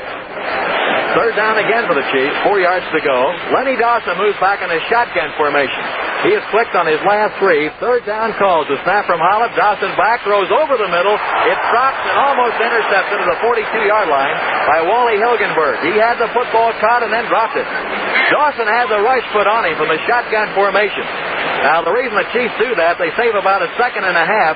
The quarterback rifled the ball because of hard pressure up the middle from Page and Carl Eller. You know, one of Hank Stram's particular theories is that in the 70s, football, pro football, is going to be a century of variety against what they like to call the bread and butter football. And that's what we're getting here today, a combination of the two. The Vikings, noted for their bread and butter, stay at basic football, and the variety of the Kansas City Chiefs. Back to kick the ball, Gerald Wilson, who averaged 44 yards a try. Bob Grimm will be fair catching the football at the 15-yard line. And that's the first time we have seen the fair catch today with the Minnesota Vikings. They will take over the 15, and that's the first punt this afternoon for Kansas City as Gerald Wilson, who twice has led the AFL in kicking, kicked the ball back to the 15-yard line. Penalty flag is down at midfield. And now the referee comes back, John McDonough, the American Football League, to discuss it with the offensive captain of Kansas City, and of course will be quarterback Lenny Dawson. He and Jim Tyre, the 2 co-captains for Kansas City. And apparently it's going to be a mark-off against the Kansas City Chiefs. They're moving it back 5 yards. The Chiefs were offside. That'll place the ball back to the 46-yard line. Legal motion, actually, the call, but a 5-yarder. And again, Gerald Wilson will kick the ball. He has kicked one 64 yards this season. The owner of the ball club, Lamar Hunt, calls him Thunderfoot. Chiefs with half a minute to play and a half lead Minnesota 16-0. The rush put on, the kick. It is down to the 22-yard line, going over the head of Charlie West, and it's going to be grounded inside the 10. At the 9-yard line, Caesar Belzer goes down to ground the ball, and so actually the Vikings lost 5 yards. That'll put the ball at the 10-yard line. They're 90 yards away from the goal line with 28 seconds to play in the first half. And again, you cite the Kansas City kicking game. Last week in Oakland in the championship ball game, the Chiefs were trailing in that first half, 7-0. Gerald Wilson averaged 47 yards a try and hemmed up the Oakland Raiders. Vikings will take over. Again, they're in a pro set, dropping back to throw at the goal line. Joe Kapp, he moves up in the pocket. Now he's throwing one deep down the middle for Gene Washington, a foot race. And to the 30-yard line, it's broken up by Emmett Thomas, and he got some help from John Robinson. Double coverage as Joe Kapp just threw that football 70 yards in the air. What an arm he has. I know what Jim Grant was saying about him, Bud Grant rather, and Jim Finch, the general manager. They said, you should have seen him 5 years ago in Canada. He could run faster and could throw farther. But he just unleashed one, 70 yards, and we saw speed against speed. Gene Washington, who won the Big Ten hurdles, an outstanding sprinter, tried to catch the ball at the 30-yard line. The Chiefs anticipated that, and Johnny Robinson, the defensive quarterback, went back with Emmett Thomas to pick him up. You'll see him patrolled in the double-team fashion out of his zone most of the afternoon. Busted play, Kapp comes back. He is tackled by Buchanan at the 12-yard line. Joe Kapp recovers. Buchanan has made his third big play of the first half. 3 seconds remaining in the first half. The Chiefs are going to leave the intermission mark with a score of 16-0. And the first half ends with a score, Kansas City 16, the Minnesota Vikings nothing. To ROW Music, Albany. Back up here in the broadcast booth with me, the commissioner of football, Pete Rozelle. And I know that he has enjoyed this first half as much as all of us have. Pete, this is a ball game I think you can simply say that in the first half at least, Kansas City has certainly dominated. Well, they certainly did. Many people felt, and it's been proven, I believe, so far, that perhaps this is the most physical pairing of teams we've had in the 4 years of the Super Bowl. Very, very strong. And the Kansas City defense has been awfully tough the first half, but of course the Vikings have a great defense too, except that Glenn Dawson was able to penetrate it with some excellent play calling and fine passing, and that's why they've got those 16 on the board. This is still a game of football, isn't it, Pete? Because obviously with Stenerud's great foot, that's made a tremendous difference. Plus the fact that their great punter, Gerald Wilson, has given them great field position. Well, Stenerud's done a great job for someone who went to college on a skiing scholarship. Pete, I know that the fans are interested in the future of the National Football League. It's indicative of that when you get 80,000 people here to see this, and it's been that kind of a thing all season long throughout both the American and National Football League, attempting setting a record each and every Sunday almost. And I know that they're interested in the future plans. This is the last year that the American Football League and the National Football League will operate separately. Next year it becomes the National Football League with the American and the National Conference. Now, what about the Alliance of Teams? The American League, I know, is secure in theirs, but you're still having some problems with these owners in the National League to get them to agree.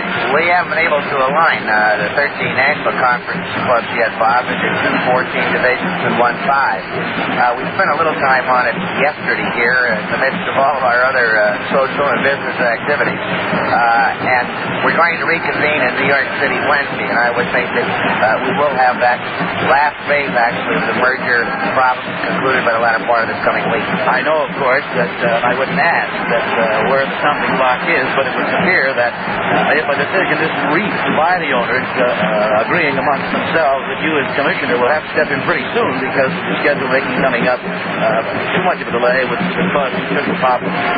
Yes, we do have to get work on our schedule, and I think that the owners will resolve it this week, but one way or another, it certainly has to be done.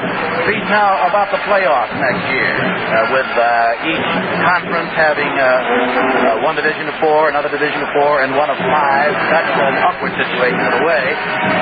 How are you going to arrange the playoffs in that situation? Well, it should be quite interesting. We'll, of course, have the 3 divisional winners qualifying for the playoffs of their conference. And then we'll take the second-best team with the second-best percentage in the 3 conferences of the 3 divisions. And that would be the 4th team to qualify for the playoffs.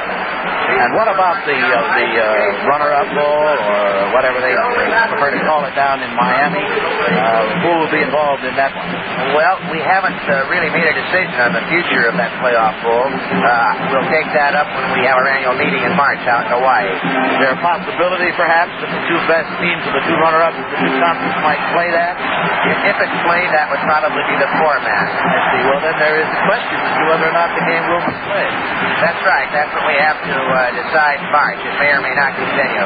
What about the Super Bowl and the future of it? The first one was in Los Angeles, Miami. Yeah, we should cut that out. This thing is practically cake. And this one here in New Orleans, and this great Crescent City has done a remarkable job in getting ready for it under some stress and strain. What about the future sites of the Super Bowl? Well, we've been playing that by year on a year-to-year basis. You know, Bob, we have a 4-year interim 3-year final prior to the final culmination of the merger. We've added 2 NFL and 2 AFL cities, of course. And we're going to again take that up in March and decide as next year whether we'll keep rotating it or pick a permanent site. But we really haven't discussed it yet. Also, of course, none of you, the fans, discussed playoff games, conference championship games. This comes to mind, of course, with the tremendous cold in the game played at Green Bay, and then this year when the National Conference 2 games were played at Bloomington, Minnesota, in the severe cold there. A lot of pros and cons in that regard about the possibility that the game quite conceivably might be moved to a neutral site or to a warm weather city, and then to the other side of the coin, you get the reaction that the fans deserve to see it. But I think that latter view will dominate. We have no plans to alter the format as an example of what we had this year. I think we would have the Super Bowl and an All-Star game at a warm weather neutral site, but we would continue to have the playoffs and also the conference championship played in one of the league cities. We thank you very much for visiting with us. With the Battle of New Orleans going on all over again, I think we better take cover. But it's been a real pleasure to have this opportunity to visit with you. And on behalf of CBS, I want to take this opportunity to congratulate you for a tremendous administrative job that you have done this past year as in the past. I wish you nothing but the greatest success in the future. Thank you, Bob. Pete Rozelle, Commissioner of all of football, here enjoying this one.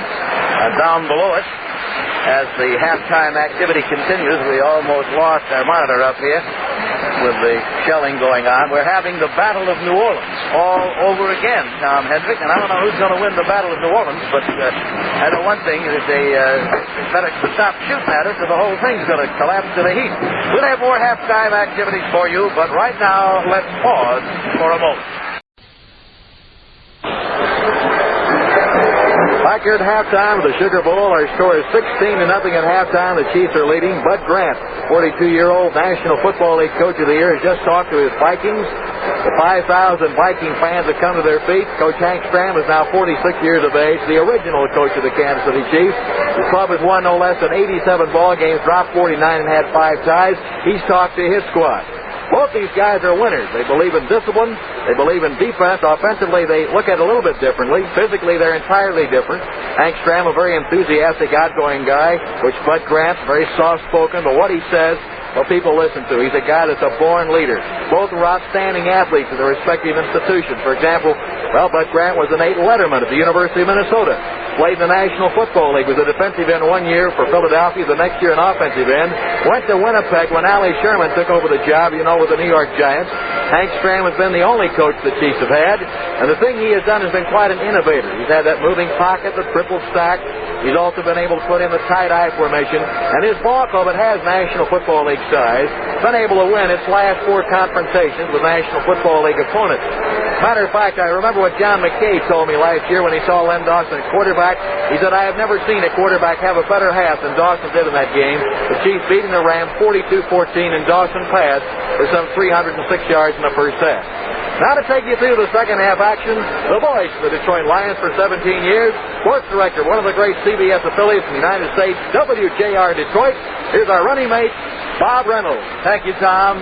Once again, we're all set to go here. And atmospherically, at least, although we started the game with the temperatures around 61 and a tornado alert, the sun now trying to break through here at New Orleans. The lights have been on throughout the course of the first half. To start the second half of play, the Vikings will kick off.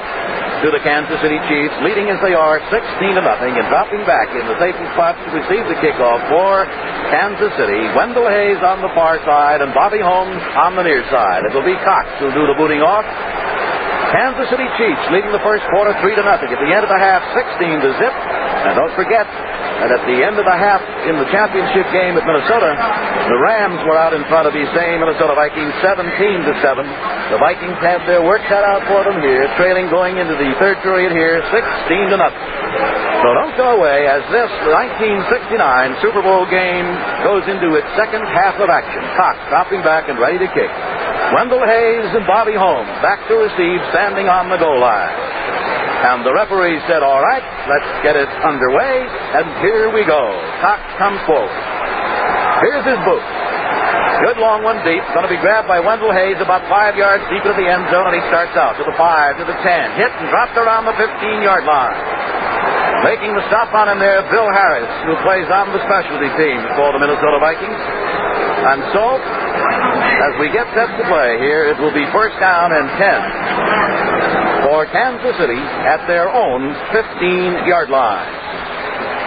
The Chiefs have returned 41 kickoffs this year for an average of 26.6 every time, and they lead the league in that division. First and 10 for them at their own 15-yard line. It'll be Taylor, Pitts, and Arvidas, the receivers. Dawson at quarterback. Garrett and Holmes, the running backs. And wide to the right now, McVay is in there along with Wendell Hayes to start this second half. Otis Taylor is wide to the right. And here's Dawson handing it off to McVay. McVay turning the corner with his left is hit and driven out of bounds on the far side. The first man to hit him, Jim Marshall.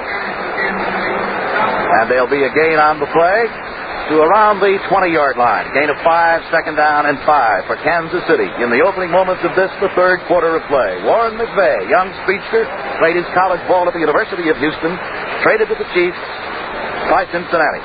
Second down and 5, Kansas City at their own 20-yard line. Out of the huddle they come. They send Otis Taylor as the flanker wide to the right.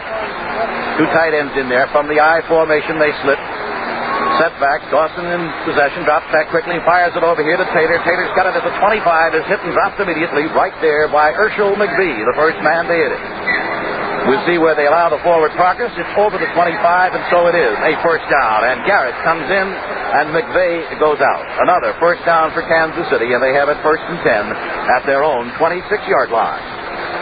Minnesota Vikings standing up along the sidelines on the far end of the field. Coming in now is Charlie West. Out of there goes Ed Sherrockman. Herschel McVie. Along that defensive secondary, Carl Kasoki. So it is first down and 10, and Gloucester Richardson in there. The ball handed off to Garrett, and Garrett darts his way off the right tackle spot, up over the 30-yard line with it before he's called down by the linebackers, all of them. Roy Winston, Lonnie Warwick, and Wally Hilgenberg, all getting a shot at him at the 31. Gain of 5 on the play, second down and 5 at the 31-yard line. Kansas City in possession at their own 31. We're in the opening moments of this, the third quarter of play here from Tulane Stadium in New Orleans, the 1969 Super Bowl game, the big one. Dawson now breaks him out of the huddle, led over the ball by E.J. Hall of the center. The guards are Ed Buddy and Mo Moorman, Tyra and Gill of the tackles. Dawson at quarterback has one flanker wide to the left. The ball is handed off this time to Wendell Hayes, and he's hit immediately as Lonnie Warwick broke through there to make the tackle on him. There will be a loss on this play of a yard back to the 30. Third down and 6 now for Kansas City. And again, we come up with those key third down situations in which during the first half at least the Kansas City Chiefs were able to pick them up. Third and 6 at the 30-yard line. 12 minutes of playing time remaining in the third quarter. 16-0 Kansas City leading. Dawson taking his time in the huddle now, breaks him out of it. They send Gloucester Richardson wide to the right. Garrett is in the slot to the left, and Dawson goes back to throw, throws it quickly, and it is caught beautifully over there by Garrett, and Garrett is hauled down by Ed Sherrockman. Garrett making a fine catch on the play, up around the 38-yard line. Picks up about 8 yards and another first down for the Chiefs. Dawson going back, getting good protection from that line of his, firing it, letting it go. Garrett making a great catch. Sherrockman grabbed him around the neck and finally hauled him down, but not until he picked up yardage in a first down at the 38. Dawson is 9 out of 13 for 90 yards so far. First down and 10. The ball at the 38-yard line. From the I formation, the shift to the setbacks. Two receivers are wide. Dawson faking, dropping back, looking, firing it over here in the flat, and it is no good. A fine defensive play that time by Urshel McBee. The intended receiver lost the wrist. And Urshel McBee right on the spot defensively. We noticed 2 plays ago, Bob, Shane who made his flanker back. Taylor's come out. He's had a problem with that groin pull, and right now he's resting on the sideline with his coach Hank Stram, and Richardson has replaced him. And another thing we should note, Kansas City has picked up 91 yards rushing in the game. I know Mike Garrett feels the rushing attack has been implemented by having people like Wendell Hayes and McVay. A running back, as you know, gets hit throughout the afternoon, and they like to give these running backs a lot of rest. Second down at 10 now for Kansas City at their own 38-yard line. High formation of the backfield for the Chiefs. Now they shift out of it. They send Pitts wide to the left. Lobster Richardson to the right. Dawson with it, faking, dropping back in the pocket. Throws a little screen at the 30-yard line in there to Hayes, and Hayes fights his way up over the 40. That's dropped around the 41. Jim Marshall, the man in there to make the stop on him. They'll mark it as the 41. Gain of 3 on the play. Third down and 7 now for Kansas City at their own 41-yard line. 16-0, Kansas City leading. Those who like to dabble in such things said that the Chiefs were coming in here about anywhere from 11, 12 to 13-point underdogs. They have not played like it. I'll tell you that. They have carried it every moment to the Minnesota Vikings. 3rd and 7 now.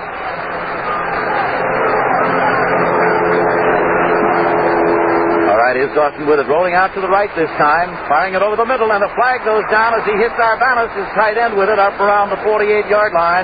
But there was a flag on the play that looks like it'll be a holding penalty here. Flag went down as Dawson rolled a little bit to the right. Arbanas, his tight end, went down about 10 and then cut in toward the center. They hit him with it, and the holding penalty of 15 will be charged against the Kansas City Chiefs. And that will move the ball well back into Kansas City territory. That's the 3rd penalty now against Kansas City for 35 yards. And the walk-off places the ball down at the 19. Holding penalty.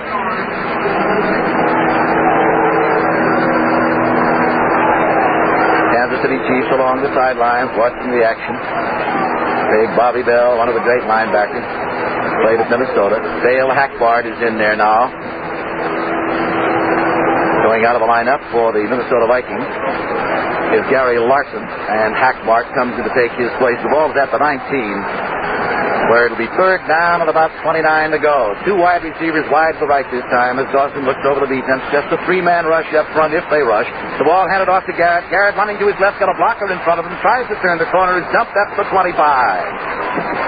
Dale Hackbart coming in along with Wally Hilgenberg to make the stop at the 25. A gain of 6 on the play to bring up a 4th and 23.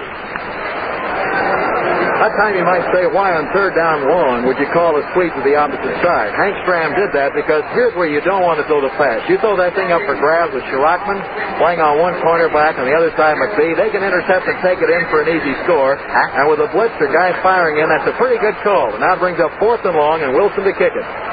Darrell Wilson with the fine average of 44.4, his 2nd punt of the afternoon. The pass is a little high, but he gets a booming kick away that drives Charlie West all the way back to the 20-yard line with it. Up he goes to the 25, is hit at the 30 and wrestled down, and they'll give him to the 30-yard line on it. A booming kick by Darrell Wilson. 55 yards in the air. And as the sun now comes out and shines brilliantly, the Minnesota Vikings sending the offensive unit in will put it in play. 1st down and 10. We'll call it at the 30-yard line. It's just a matter of inches over the 30. Joe Kapp at quarterback. We'll set that offensive backfield for you. 2 wide receivers. Washington is wide to the left. Henderson to the right. Joe Kapp at quarterback. 1st and 10, Minnesota. Here's Kapp with it. Gives it off to Brown. And Brown is pulled down by Curly Culp, who has played himself 1 football game here this afternoon. And there was little of any gain on the play. Call it 2nd down and 10 to go. Minnesota 2nd and 10 at their own 30-yard line. 16-0. The Kansas City Chiefs leading the Minnesota Vikings here. And the sun now has broken through and is shining brilliantly. 2nd and 10, Minnesota at their own 30-yard line. Joe Kapp calling the signal. 4-man line with the linebackers in sight. A fake to Osborne, and Kapp rolls to his left. Fires down here to Beasley, his tight end. And Beasley gets it around the 45. Jim Kearney is the man who makes the defensive play on Beasley, and we have an injured player. It looks like Emmett Thomas down there for the Kansas Chiefs, shaken up on the play. About 16-yard gain to the 46-yard line. So that is a first down for Minnesota, and play as resumed will be 1st and 10 for them at their own 46-yard line. Timeout is called on the field with the score. Kansas City 16, Minnesota nothing. A Shell dealer told me that my car runs mainly on air, not gasoline. Is he kidding? That's a question for Shell's Answer Man. And here he is with the answer. No kidding. Your car does use lots more air than gasoline. Your carburetor may mix, say 15 pounds of air with each pound of Super Shell at cruising speed. Now, this ratio of air to fuel is very important for good gasoline. Too little air, then you're just plain wasting money. So if your mileage seems out of whack and you suspect your carburetor, tip off your Shell dealer. He may have some money-saving suggestions. This platformate you talk about, that's why Super Shell gives good mileage, right? Well, it's not the only reason, not by a long shot. We put several other ingredients in Super Shell that work with platformate to help you get good mileage. But platformate is an important reason we call Super Shell good mileage gasoline. Thank you. The Answer Man is brought to you by the makers of Super Shell. Super Shell good mileage gasoline. Back at Tulane Stadium here in New Orleans, Bob Reynolds along with Tom Hedrick. Cap that time picking up the first down. It was the first of his third down situations here today out of 6 attempts that he's been able to make. And this one he did at the 46-yard line on his pass completion to his tight end, John Beasley. So it is 1st and 10, Minnesota at their own 46-yard line, 16-0. Kansas City leads here with 7:55 remaining in the third quarter. Cap with 2 wide receivers, Henderson and Washington. Hands the ball off on a quick opener to Brown, and Brown fouls straight ahead. Gets a couple of yards maybe to the 48-yard line. Big Buck Buchanan was in there. Willie Lanier, the middle linebacker. Kent Kramer, who's in there to do some blocking, did a fine job on that one. And here comes Beasley back into the lineup now. And Kramer, who was in for that play, has gone out of there. Kramer caught a pass for a touchdown 2 weeks ago in Minnesota. So here we go. 2nd and 8. At the 48-yard line. Henderson is to the left. Washington to the right. Beasley split out a little bit. Cap looking. Now he's going to have to run with the ball and gets a little hole, too. Puts his head down and is banged down hard at the 45-yard line. Willie Lanier and Bobby Bell in to make the stop, and Cap can't hit that time at the 45-yard line of Kansas City. About 7 yards on the play. They'll be short a yard, make it third down and about a yard to go for the first down. They move the ball back to the 45, so it'll be 3rd and 2 now. Third down on the short 2 yards to go for the first down for the Vikings. They are at the 45-yard line, the Kansas City Chiefs. And Cap, who can really put his head down and dig, really got belted that time by Bobby Bell and Willie Lanier. 1 receiver, that's all, wide to the left. That's Henderson. Cap calling the signals. That defensive line jammed in there tight. Osborne trying for the first down. He gets inside the 45. It'll be close. And we may get a measurement here. Kansas City defense that time in tight. While we get the measurement, we pause 10 seconds for station identification. This is the CBS Radio Network. WROW Music, Albany. The present Capital District temperature 19 degrees. The time 5:32. Well, they're putting the sticks down to see whether or not Osborne got that 1st and 10. The tackle was made by Willie Lanier of Kansas City, and Lanier here in the second half, and Buck Buchanan have been the big men. On the previous running play, Lanier hit the quarterback Cap, and Cap, incidentally, on third down calls today has gone 0 for 5, but with this scrambling tactic, he's the type of guy that can make the big play and help himself.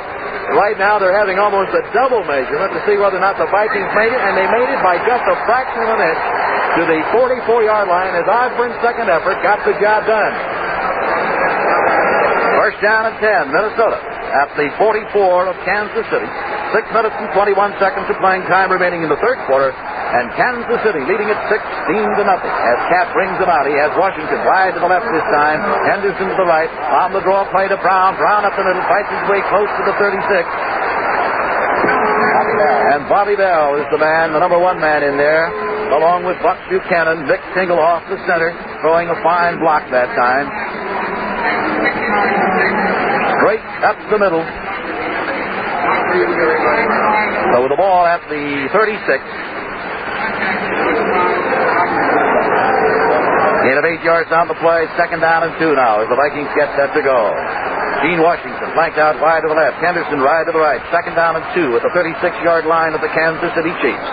Cap with the ball, faking twice, dropping back, looking.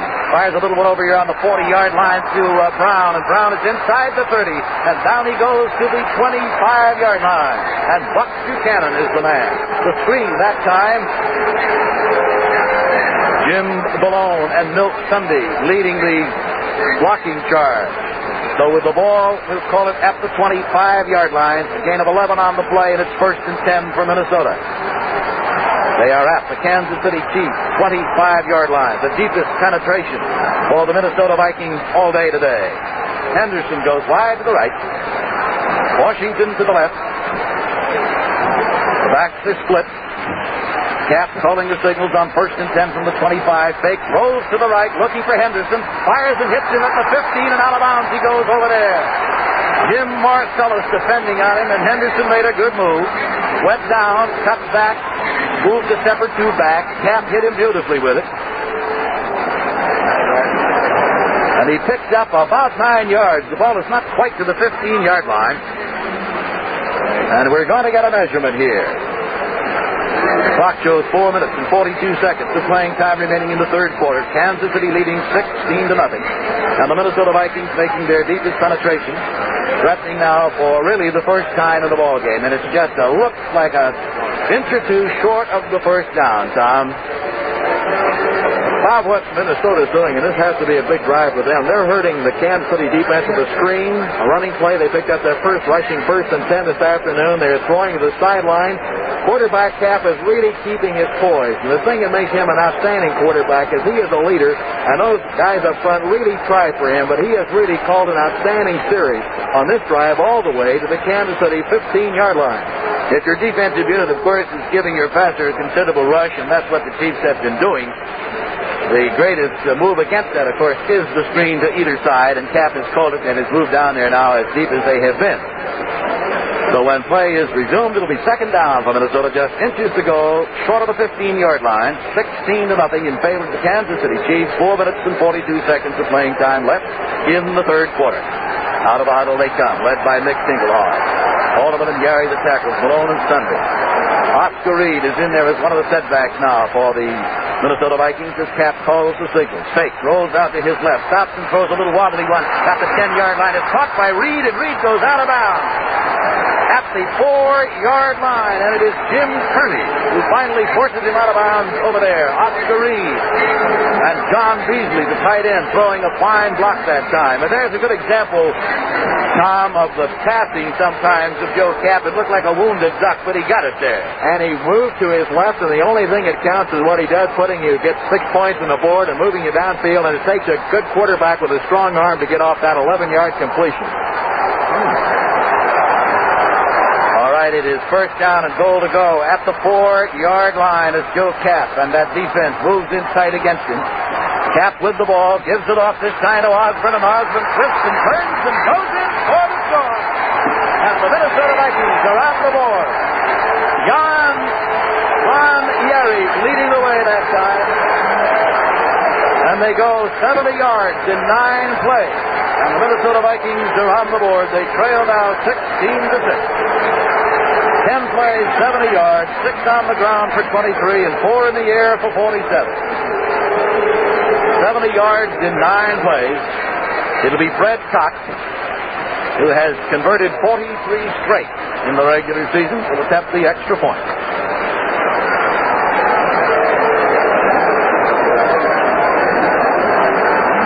Waiting now for the officials to signal play back in, and we're all set to go. There's the snap. The ball is up in the air, and it is good. Timeout called on the field with the score. Kansas City 16, Minnesota 7. 16-7 now as Cox sets the ball up at the 40. Back ready to receive Wendell Hayes on the far side and Bobby Holmes on the near.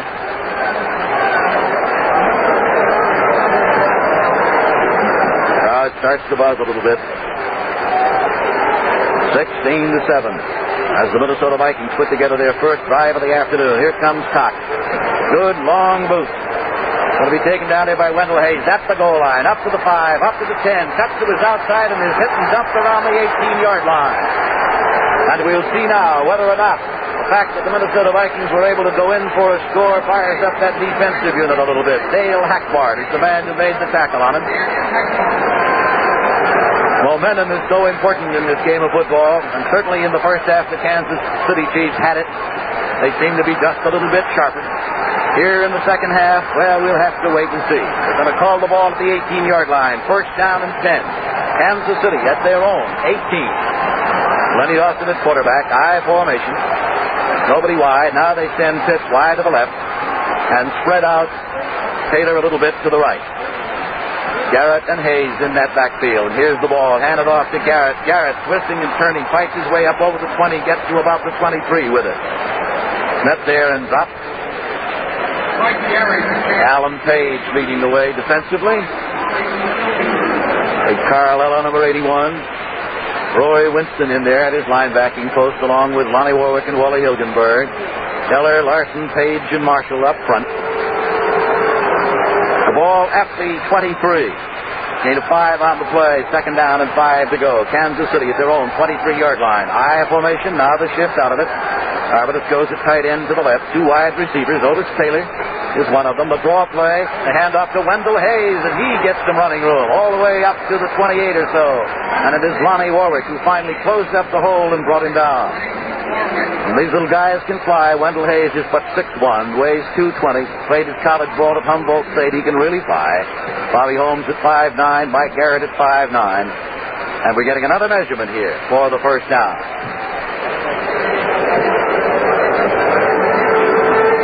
Looks like it'll be a first down by the length of the football, and it is. We'll call it at the 28-yard line, first down and 10. Kansas City at their own 28. 3 minutes and 8 seconds of playing time remaining here in the third quarter from Tulane Stadium in New Orleans. Holmes is in there now in the backfield and placed to Mike Garrett, changed for the Kansas City Chiefs as they come out of the huddle. First down and 10 at the 28-yard line. High formation in the backfield. Here's the ball handed off. It is Garrett still in there. And he gets up over the 30 to about the 32, and Wally Hilgenberg is the man who brings him down there. Mike Garrett.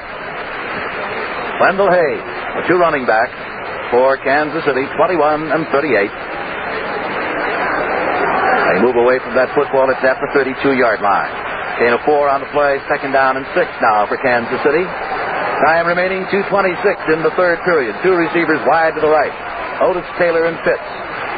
Now they set Wendell Hayes in the slot to the left.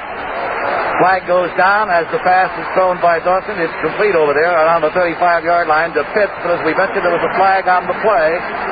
And we'll get an illegal procedure call against the Kansas City Chiefs, I feel sure.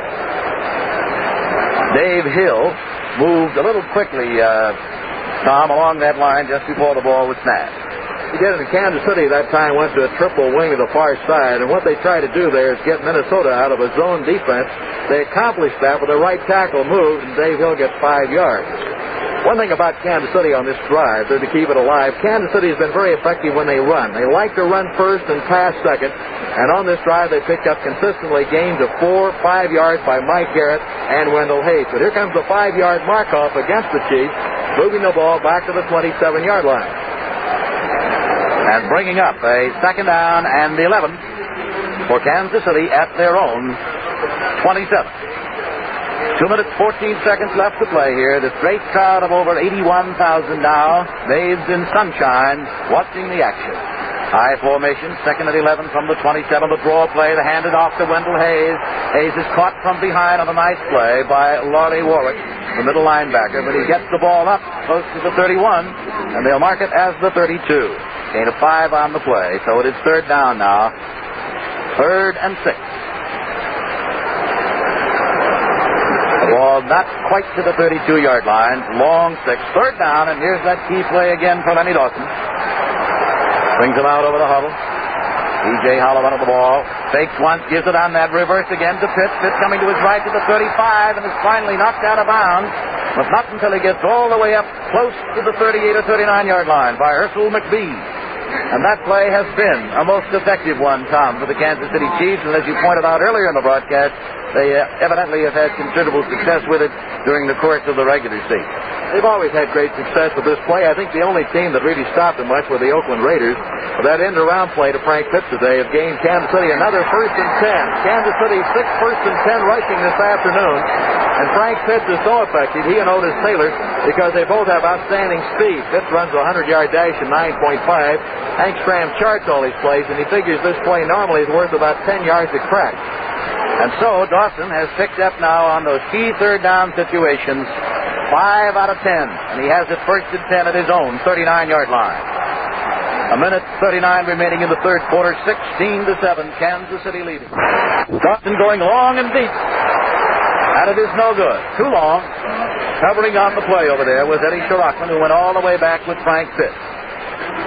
Frank Pitts, incidentally, who's alma mater's band, Southern University, entertaining here. We're getting a flag on the play. We'll wait to see what this is all about.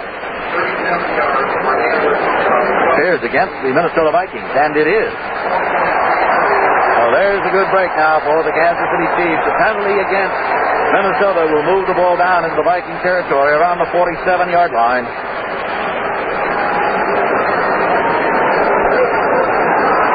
Waiting for the official sign. Illegal use of the hands against the Minnesota Vikings. Puts the ball at the 47-yard line. First down. 1st and 10. The Chiefs at the Minnesota 47. Here's a quick toss over here on the flat to Otis Taylor. And Taylor breaks the tackle. He's at the 15, at the 20, at the 10. 5 touchdown. 37 yards he goes after the pass completion. Herschel McBee and Charles DeSoto trying to make the play on it. And Otis Taylor broke the tackle and went in for the score. 47 yards. And the Kansas City Chiefs lead it 22 now to 7 as they go 82 yards in 6 plays. Bob, that was a fine grab by Taylor. It's what they call a hitch pattern. He caught the ball at the 40-yard line. The cornerback overplayed him, and when Taylor caught the ball, he figures any time he can get a half a stride on the cornerback with his speed, he's so big and strong, he can take it in. And he simply was able to run that foot race down the near sideline, and the Chiefs now have gotten another touchdown on the board, and they're now going to try to put up another with Jan Stenerud, and the Chiefs, with Otis Taylor, the bomb threat, have just gone 47 yards to score. All set now. Dawson will hold. Stenerud gets set for the PAT. Placed down up in the air, and it is good. So there is timeout called on the field. With the score now, Kansas City 23, Minnesota 7.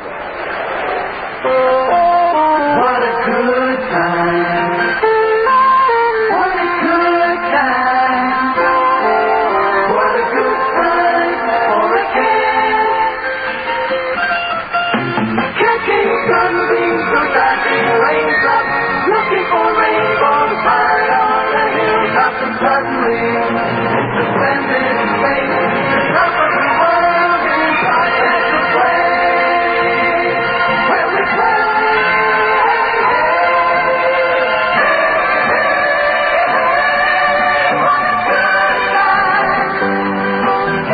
The good taste of Kent was meant for a day like today. Were good times invented for the good taste of Kent, or was it the other way around? All we know is wherever the good times are, millions of smokers are thinking, hey, what a good time for a Kent. What a good time for a Kent.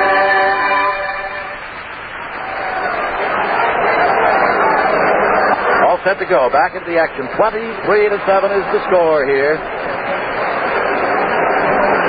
Jan Stenerud ready to kick. Bill Harris and Clint Jones in the deep spot for the Vikings. Good long boot. Clint Jones is going to take it. Grabs it at the 4. Goes with right up to the 15, up to the 20, up to the 25. Turns to the outside, up over the 35-yard line and down at the 36. Fine run back by Clint Jones. And Willie Mitchell is the man who finally brought him down. Clint Jones, who can really fly.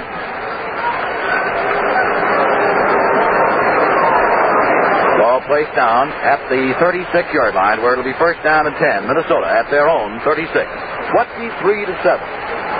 32 yards on that kick return.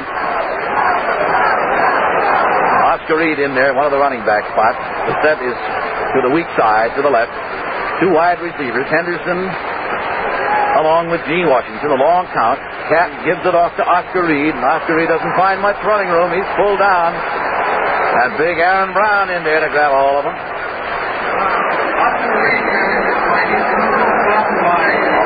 Along with Buck Buchanan. And we'll give him a yard on the play to the 37, second down and 9 to go. At Kansas City defense. Strong and equal to the task here this afternoon. Second down and 9. Minnesota at their own 37-yard line as Cap grabs and drops back in the pocket. Look, fires it down there to Henderson, and Henderson has got it around his own 49, and they force him back, and they'll mark the forward progress of the ball is around the 47, and Jim Marcellus wrestles Henderson back, but they move it up to the 47-yard line. 10 yards, and it should be a first down. It is. And that is the end of the quarter. The end of the third period with the score. Kansas City 23, Minnesota 7. Here's another question for Shell's Answer Man. My brother and I both have the same model car, and we both use Super Shell. But his car still gets a little better mileage than mine. Am I stuck with a lemon? No two cars are truly identical, but chances are yours isn't a lemon. Although you both drive the same model and both use Super Shell, you're two different drivers. And probably you drive under different conditions, sometimes even in different climates. So even if you traded cars with your brother, you'd probably still get less mileage than he would. Next question, please. I read an ad about some new gadget that can give any car 25 or more miles per gallon. What about it? Somebody's always coming out with another miracle invention that's supposed to increase mileage. Some of these gadgets rely mainly on wishful thinking. If one really worked, car manufacturers would snap it up in no time. So for good mileage, depend on a good gasoline, like Super Shell. Thank you. The Answer Man is brought to you by Super Shell, good mileage gasoline. All set now, 15 minutes left. Joe Cap completing 13 out of 19 for 149 yards. Lenny Dawson, 11 out of 16, 149 yards. First down and 10, Minnesota at their own 47. Cap calling the signal, says Henderson wide to the left. Ball is handed off this time to Osborne. Osborne running to his left, trying to get a block. Breaks away from one man and is grabbed by the jersey and finally forced out of bounds around the 49-yard line by Willie Lanier. Dave Osborne at the 49. Second down and 6. 4 on the play. The Vikings ball. Chuck Hurston now, number 85, comes into that defensive unit for the Kansas City Chiefs. 5-year veteran from Auburn. Second down and 6. Minnesota at the 49-yard line of the Chiefs. The ball handed off this time to Oscar Reed, and Reed gets it up to about the 47, picking up about 2. And Willie Lanier and Jerry Mays were in on the defensive tackle, and coming back into the lineup now, big Aaron Brown, and coming out of there, Chuck Hurston. Changed defensively for the Chiefs at the 47. Third down. Ball is actually between the 46 and 47. Got it third down. And a short 4 to go for the first down as Cap goes back again. Big play for him. He spots somebody down there, fires the ball. It's intercepted at the 35-yard line by Willie Lanier. And Willie Lanier is hauled out as he gets it back to his own 44. Another turnover as Willie Lanier stepped in front of the intended receiver, John Beasley, and picked it off and run it back. And so once again, the alert defense of the Kansas City Chiefs taking over the football. Willie Lanier intercepted that pass. That's a 4 turnover against the Vikings. It was set up on a strong rush, and Lanier, who's an outstanding middle linebacker, has picked off 4 passes this year, and then he can run to the outside, drop back in the hook zone. You know when you're trading by 16 points, 23-7 like the Vikings are, they've got to throw. Lanier has done that against the New York Jets and the Oakland Raiders just like that. All right, it is first down and 10. Kansas City now at their own 43-yard line. One wide receiver. Here's Dawson faking, dropping back, looking. A screen over here to Pitts. Pitts has got it and is hit immediately at around the 35, and there'll be a loss on the play. Ed Shirachman coming in to make the tackle on the screen that time to Frank Pitts. And there's a loss on the play. We'll call the ball to 35, about 8 yards, and it's second down now at 18. Kansas City at their own 35-yard line. The ball actually between the 35 and 36. We have 13 minutes and 14 seconds of playing time remaining here in this ball game. Kansas City 23, Minnesota 7. Here come the Chiefs over the ball. Lenny Dawson at quarterback. High formation. One man in the slot. The ball, a quick handoff to McVay. And McVay fights his way close to the 40-yard line, picking up close to 5 yards. And Roy Winston, from his left linebacking position, making the tackle on him. Coming into the lineup now for Minnesota, Dale Hackbart, number 49, defensively, as Lenny Dawson went over to the sidelines to talk to his coach, Hank Stram. And as Hackbart comes in, they take Gary Larson out of there at his defensive tackle spot to bring in the defensive halfback here. On this obvious passing situation, it is third down and about 12 to go. Ball right about the 40-yard line, and Lenny Dawson has two receivers wide to the right, sends McVay in motion to his left, pitches off to him, and McVay doesn't find any running room, and down he goes. Right around the 40, and Wally Hilgenberg is the man in there, along with Jim Marshall. And so the Kansas City Chiefs will have to punt now. And coming in to receive the punt, Charlie West, number 40, and Bob Grimm, number 27. And dropping back inside their own 20-yard line. And Gerald Wilson, fine punter, will do the punting. Here on fourth down, still 12 to go for the first down. Wilson standing at his 25 will boot it from around the 30. Gets his kick away, a boomer over the head of West, and it goes into the end zone and out of the field of play, and did he kick that one? 60 yards. In fact, he kicked it right out of Jefferson County.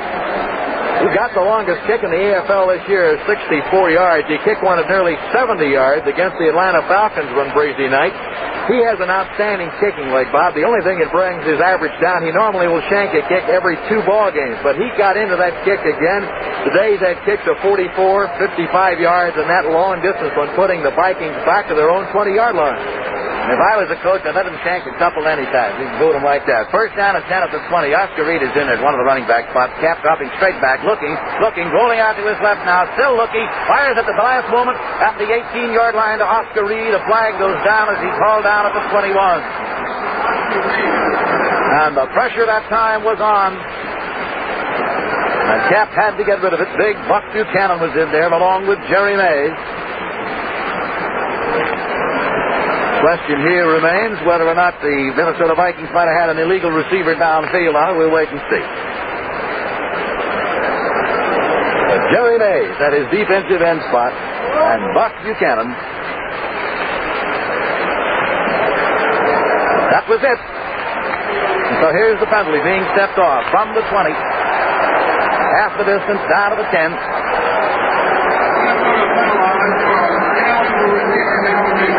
That was it. An ineligible receiver downfield. Moving the ball now back to the 10-yard line. And the Minnesota Vikings, trailing as they are 23-7, are deep in their own territory. Cap is 13 out of 20. First down and 20 now to go. The ball at the 10 for the Minnesota Vikings. Henderson is wide to the right. Washington to the left. And here's Cap with it. Dropping back to the 1-yard line, staying in the pocket and throwing the long bomb for Henderson. And Henderson cannot make the play at around the 49-yard because Jim Marcellus was right there with him. And the Kansas City Chiefs, Tom, continue to have that great coverage on the receiver. They not only had outstanding double coverage, but they had, again, that strong rush right up the middle by Buck Buchanan. Buck Buchanan has had his finest ball game to date. He played brilliantly in New York against the Jets, but today he's not only gotten the cap twice, 2 other times he is forcing the throw. And he was talking before the game. He said the big thing you've got to do is have real good pressure and Cap up the middle. He said if the Chiefs defense does not get that job done, we won't be able to succeed. And he, along with Curly Culp, has succeeded in that particular phase of the game well this afternoon. All right, it is second down at 20 to go now. The ball still at the 10-yard line. Henderson wide to the right. Back goes Cap, looking now for somebody. Fires it down here to Henderson, and Henderson makes a great catch at the 26. Gets away from one man, fights his way up over the 30. They try to pull the ball away from him. He gets up over the 35, all the way to the 37-yard line. Great second effort that time by Henderson. Boy, Henderson made a fine catch, and then he got that additional 15 yards for a 27-yard pickup, and we have seen the Vikings get that second effort today from Henderson and the running back Dave Osborne. And so the Vikings have a 1st and 10, and with 10:42 to play in the game, our score is Kansas City 23, the Vikings 7. What a tremendous second effort that time by Henderson, and he's gone out of there now, and Bob Grimm has come in to take his place. It's 1st and 10, Minnesota at their own 37. A fake, and Cap rolls to the left, looking for somebody. Going for Beasley, and it is intercepted at the 42-yard line, and the man is pulled down around the 49. Johnny Robinson it is. And once again, another turnover. An interception by Johnny Robinson, who did not expect, wasn't sure that he'd even play in this one because of that sore rib cage of his, but he was Johnny Robinson on the spot that time. This turnover today with the Vikings, their 3rd interception. Johnny Robinson didn't even practice for this ball game until Friday. He went to a heart specialist here in the Crescent City, and they were able to give him some painkillers. Well, his timeout called in the field with a score. Kansas City 23, the Minnesota Vikings 7. Back into the action here now is the Kansas City Chiefs. 5 turnovers, 3 interceptions, and 2 fumbles, carrying it to the Minnesota Vikings. 1st down at 10 for Kansas City, their own 49-yard line. Lenny Dawson, its quarterback. At I formation in the backfield. Everybody in tight now. They send Pitts out wide to the left. Hayes and McVay are the setbacks, and here's Dawson giving it to McVay. McVay is caught from behind and dropped for a loss. And it is Lonnie Warwick who fought through there that time to grab Warren McVay and bring him down. At the 48, a loss of a yard, 2nd down and 11. 10 minutes and 4 seconds of playing time remaining here from the Super Bowl.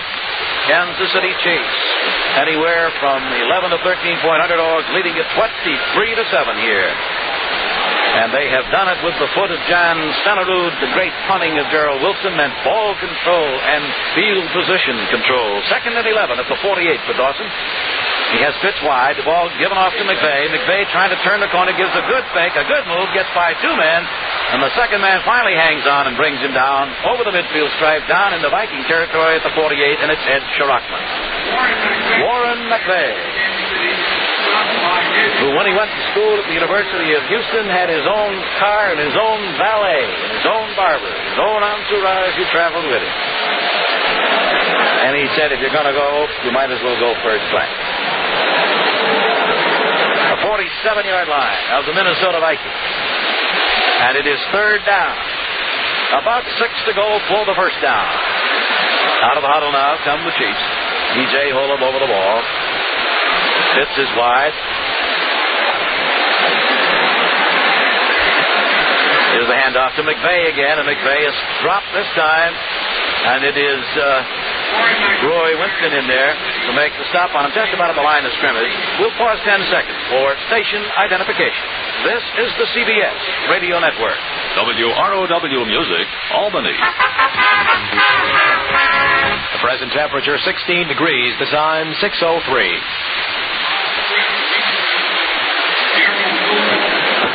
Fourth down, and the Chiefs now will be forced to punt with 4th and 7. And once again, Gerald Wilson back there. He'll kick this one from around his own 41. A line drive shot, grabbed there at the 12-yard line by West, and West is hit and dumped right around the 17 as the Kansas City Chiefs specialties right down there fast to make the stop.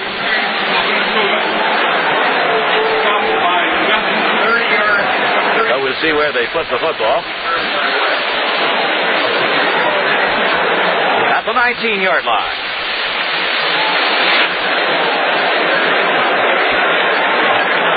Caesar Belzer in there on the specialty team making the stop. 1st down and 10. Minnesota at the 19-yard line. 7:47 left. 23-7 as Cap grabs the ball, fakes, rolls to his left. Stops, fires at the flat to Washington. Washington makes the catch, and out of bounds he goes at the 28-yard line. Emmett Thomas over there. About 9 yards on the play. Cesar Belzar, who plays on the specialty teams, was just activated for this game today. Not quite the first down. Second down at about a half a yard to go. That's all for the first down. The ball is at the 28-yard line. The Minnesota 28. Henderson wide to the right. Washington wide to the left. Cap with the ball. Gives it to Oscar Reed. Oscar Reed is grabbed around the waist by Aaron Brown, who made a great defensive play. Just reached over the blocker and grabbed him and wrestled him down. There's quite an athlete right there. Jerry Mays was talking about him before the game, and he said the thing that makes him such a fine football player is he says his size, his speed, and he is so intelligent. He used to be a former high school football down at Port Arthur, Texas. Went to the University of Minnesota, was an offensive and defensive end, and is so tough, he played in a ball game with a fractured jaw and played the entire ball game against the Missouri Tigers. And he has really come to the fore the last 2 years as a standout defensive end. All right, we've got a third down now. About 2.5 yards to go for the first down at the 26-yard line of the Minnesota Vikings. 6:55 left to play here as Cap grabs the ball, rolls out with a good fake, fires it at the 29-yard line to Reed, and Reed slips and falls right there. Oscar Reed taking the little pass from Cap, but as he tried to turn, slipped and fell, but he got the first down to the 29-yard line. So it's another first down for the Minnesota Vikings at their own 29-yard line. Their own 29-yard line. 6 minutes, 28 seconds of playing time remaining here with Kansas City out in front, 23-7. They led at the end of the first quarter, 3-0 on a 48-yard field goal by Jan Stenerud. Stenerud kicked 2 more in the second period, and Garrett scored a touchdown to make it 16-0 at halftime. Vikings scored theirs in the third period. And the Chiefs came back to score also in the third. It is now 1st and 10 after the 29. Cap rolling to his left. The pressure is on, and Aaron Brown has got it. He fumbles the ball down there. There's a scramble for it on the sideline. We'll have to wait to see who got it. And Cap is a little slow getting up now. The Vikings retain possession. But big Aaron Brown went barreling in there and really gave Mr. Cap a knock. Rang a few bells that time. You know, last week in the game against Oakland, he got to Darryl LaMonica 3 times and put him out of commission. And somebody in a Kansas City newspaper very cleverly put decapitate the Vikings. Well, that's pretty much the defensive game plan to contain a quarterback like Joe Cap. And you've just seen 2 outstanding plays back-to-back by Aaron Brown. And now defensively, Kansas City making a change. Curly Cuff comes out, another defensive back moves on the field. That'll be Willie Mitchell. But Kansas City's line can now just fire in to try to get to the quarterback, dropping back to throw. Well, Joe Cap is out of there now, and Gary Quazzo has come in to take his place with the ball at the 16-yard line. 2nd and 24. The ball handed off to Oscar Reed. He gets a little running room, fights his way up over the 25, breaks the tackle, goes to the outside, over the 30, and down at the 32. Emmett Thomas, the man who finally brought him down. As Gary Quazzo replacing Joe Cap. After Aaron Brown had given him a knock on that previous play. Quazzo in now, running the ball covered quarterback with the ball at the Minnesota Vikings 32-yard line. And it is 3rd down. 3rd and 9. Big play here for young Gary Quazzo, formerly with Baltimore.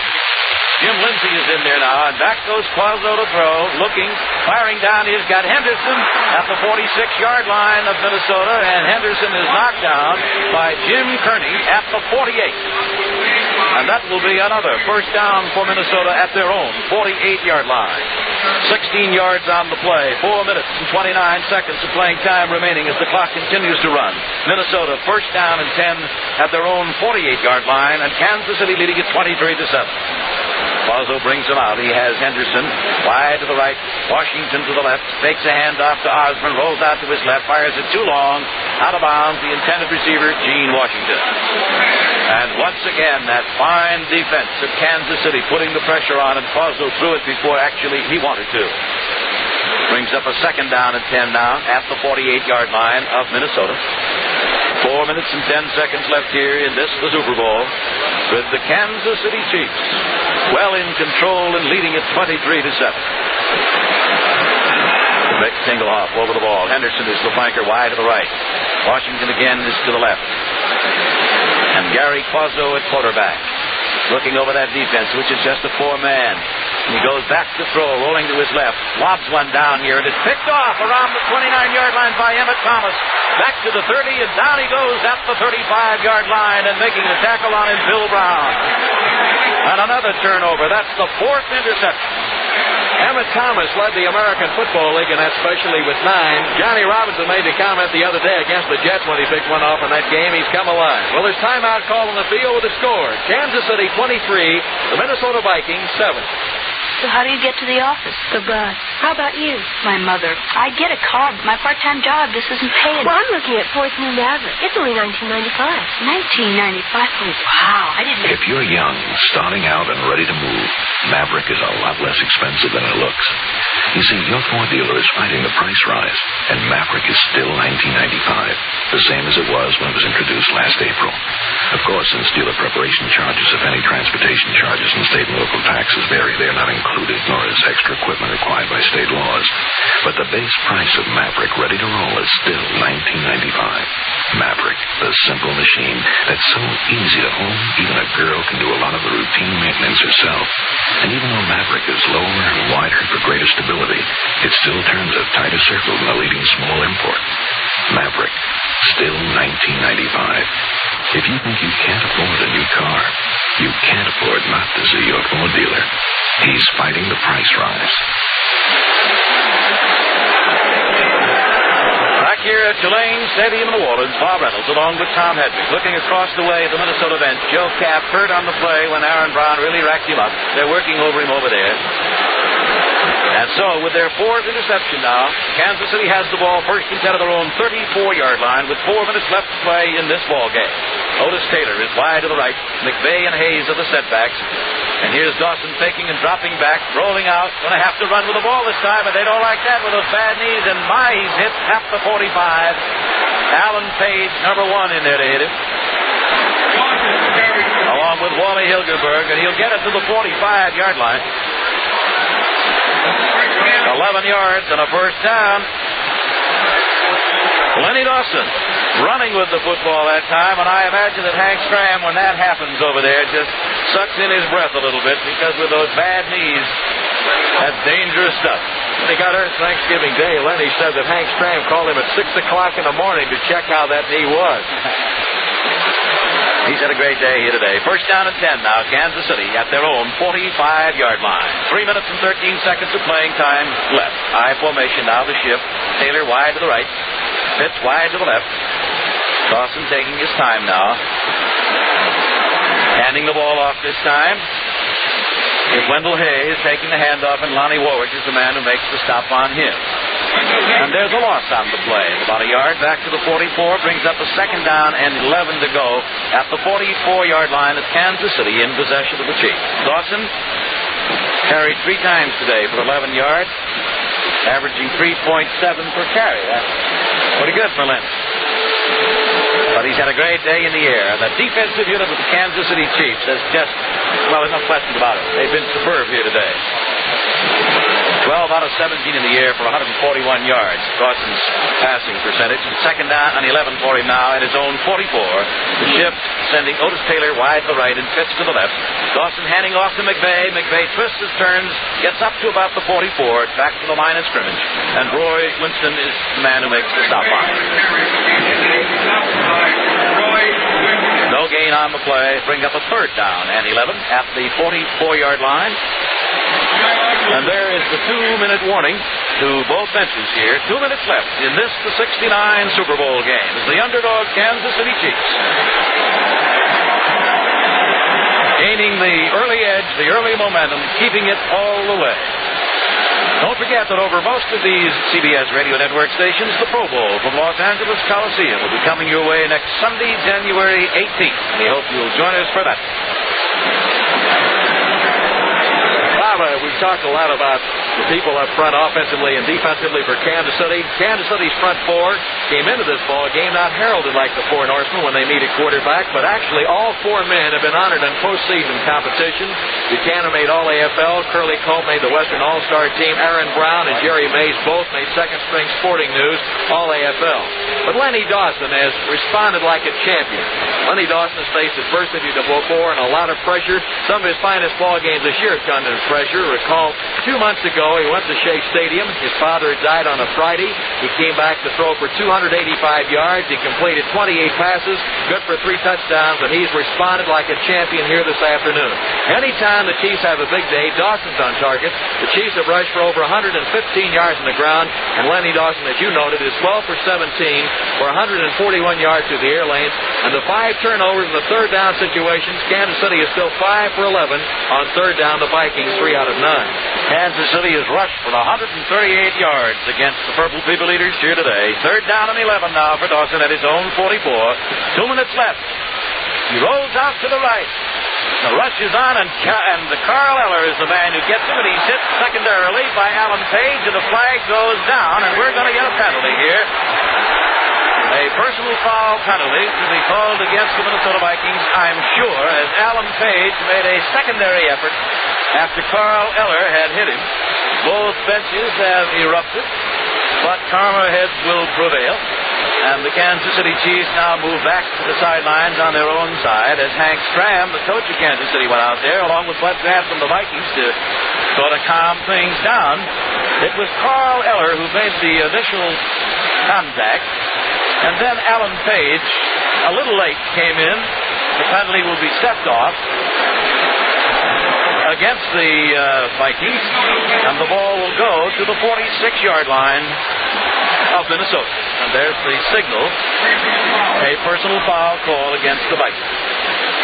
6 penalties for 67 yards against Minnesota. So with the ball at the 46-yard line now of Minnesota, it will be a 1st and 10 for the Kansas City Chiefs. A minute and 53 left, and the 1969 Super Bowl will be history. And they'll talk about it, I'll tell you, for a long time after this.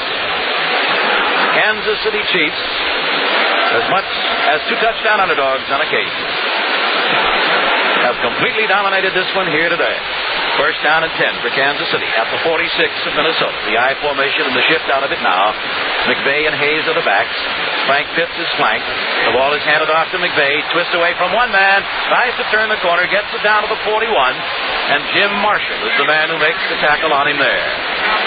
A little speedster, Warren McVay. 5'9", 182 in his second year. Graduate of Houston, who going into this ball game had carried the ball regular season-wise only 7 times for 71 yards. He's been a factor here today, and the ball at the 41.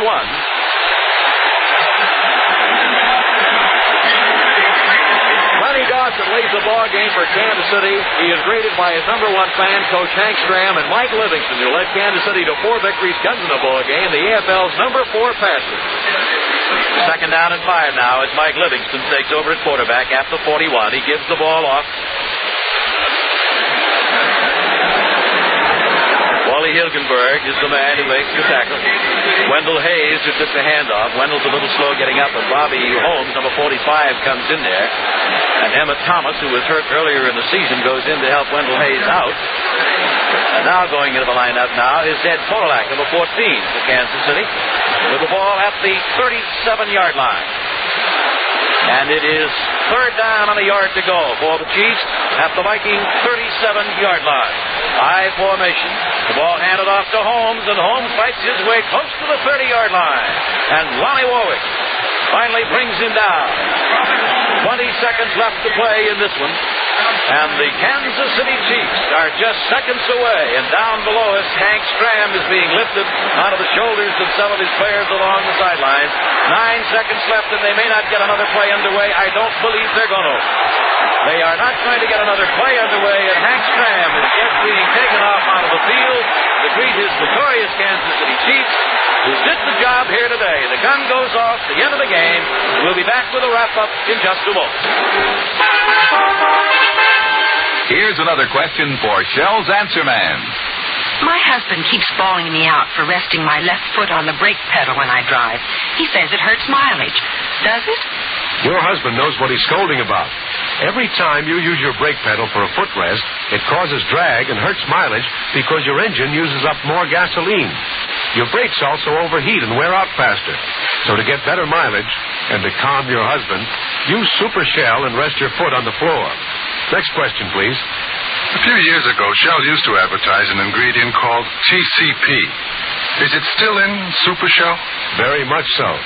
TCP is an additive patented by Shell that helps keep your spark plugs from fouling and misfiring, which can waste gasoline. TCP is one of several good mileage ingredients in Super Shell. Although you may not hear about them as much as Platformate, they're right in there working for you. Thank you. The Answer Man is brought to you by Super Shell, good mileage gasoline. Back at Tulane Stadium in New Orleans, Hank Stram and his victorious Kansas City Chiefs go to the sidelines now into a locker room. The Minnesota Vikings, thoroughly handled here today by Kansas City, are already off the field.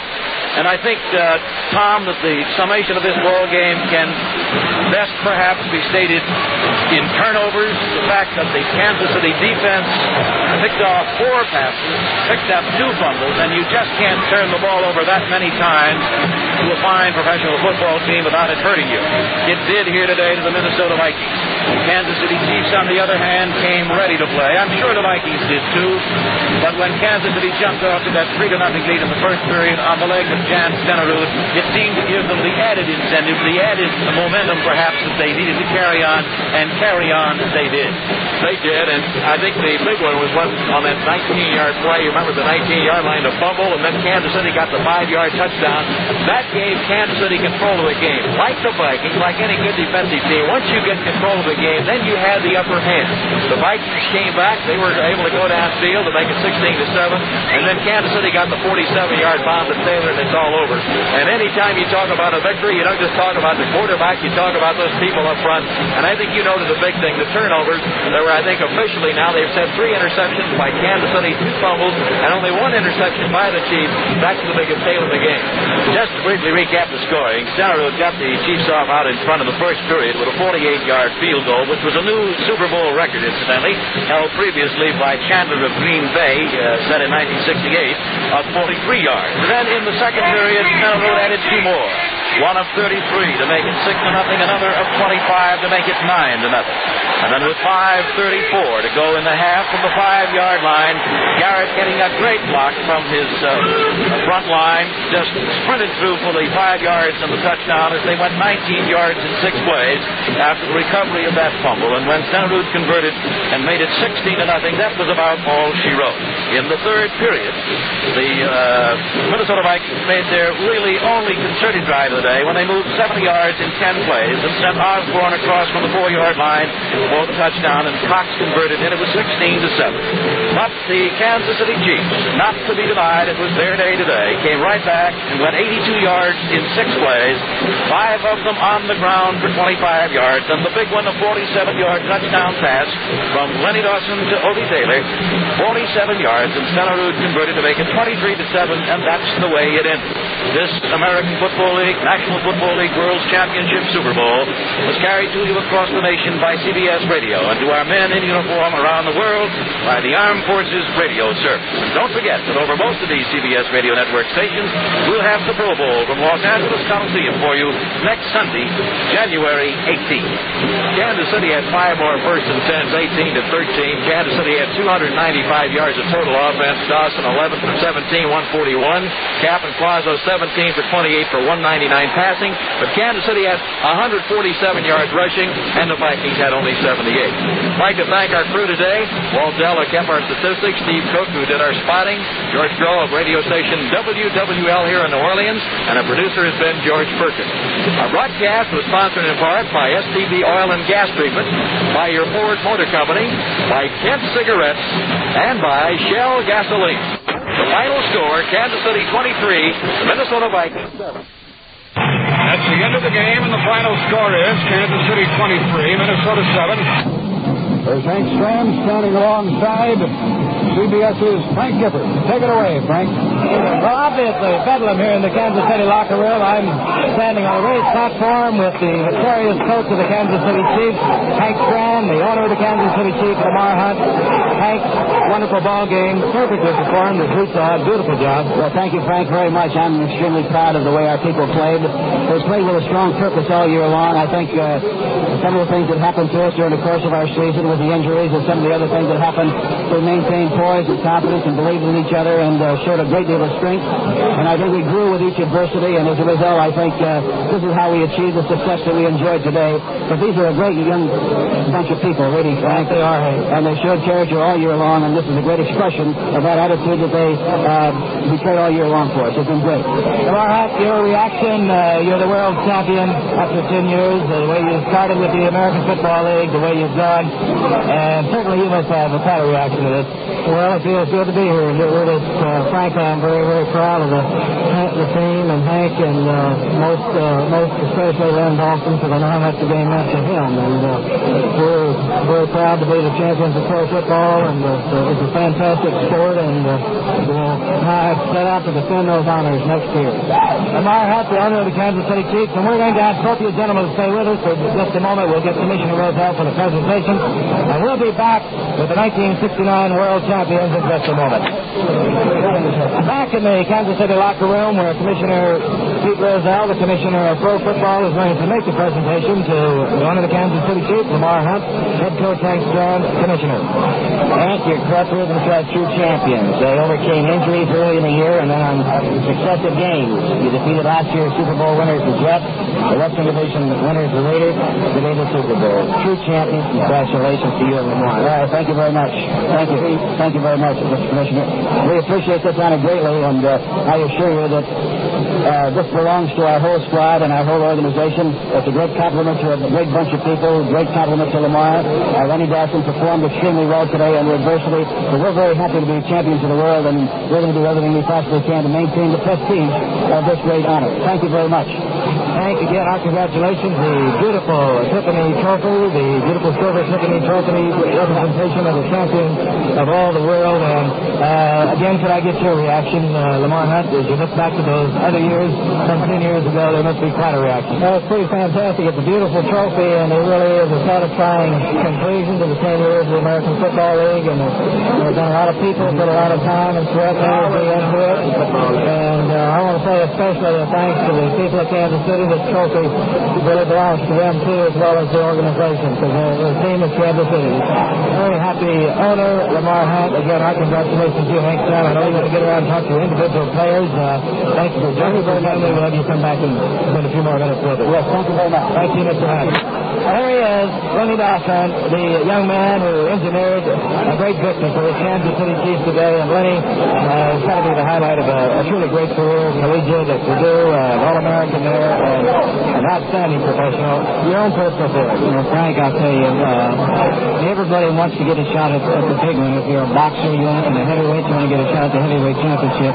That's all we ask for all along, that you have the opportunity to play in the championship game in our league and also to play in the Super Bowl game, and then hope that we could put things together in the Super Bowl game. I thought our guys out there did a tremendous job, both offensively and defensively, because Minnesota is an outstanding football team. They protected you this way. It appeared that way to me. Well, they've dedicated themselves to do that. I knew all along that they were going to do a great job against the Minnesota front four, and when you do the job like our guys did against a team like that, they have to do a fantastic job. And plus the fact that David Hill, during the course of the game, I think he hurt his knee or something, and he wasn't at full strength the entire game. Of course, he's over Carl Eller, and he's a fantastic football player. Well, Lenny, a well-played game. If we could, I'd like to have you stay with me just a moment. Right now, we'd like to cut quickly to Jack Whitaker.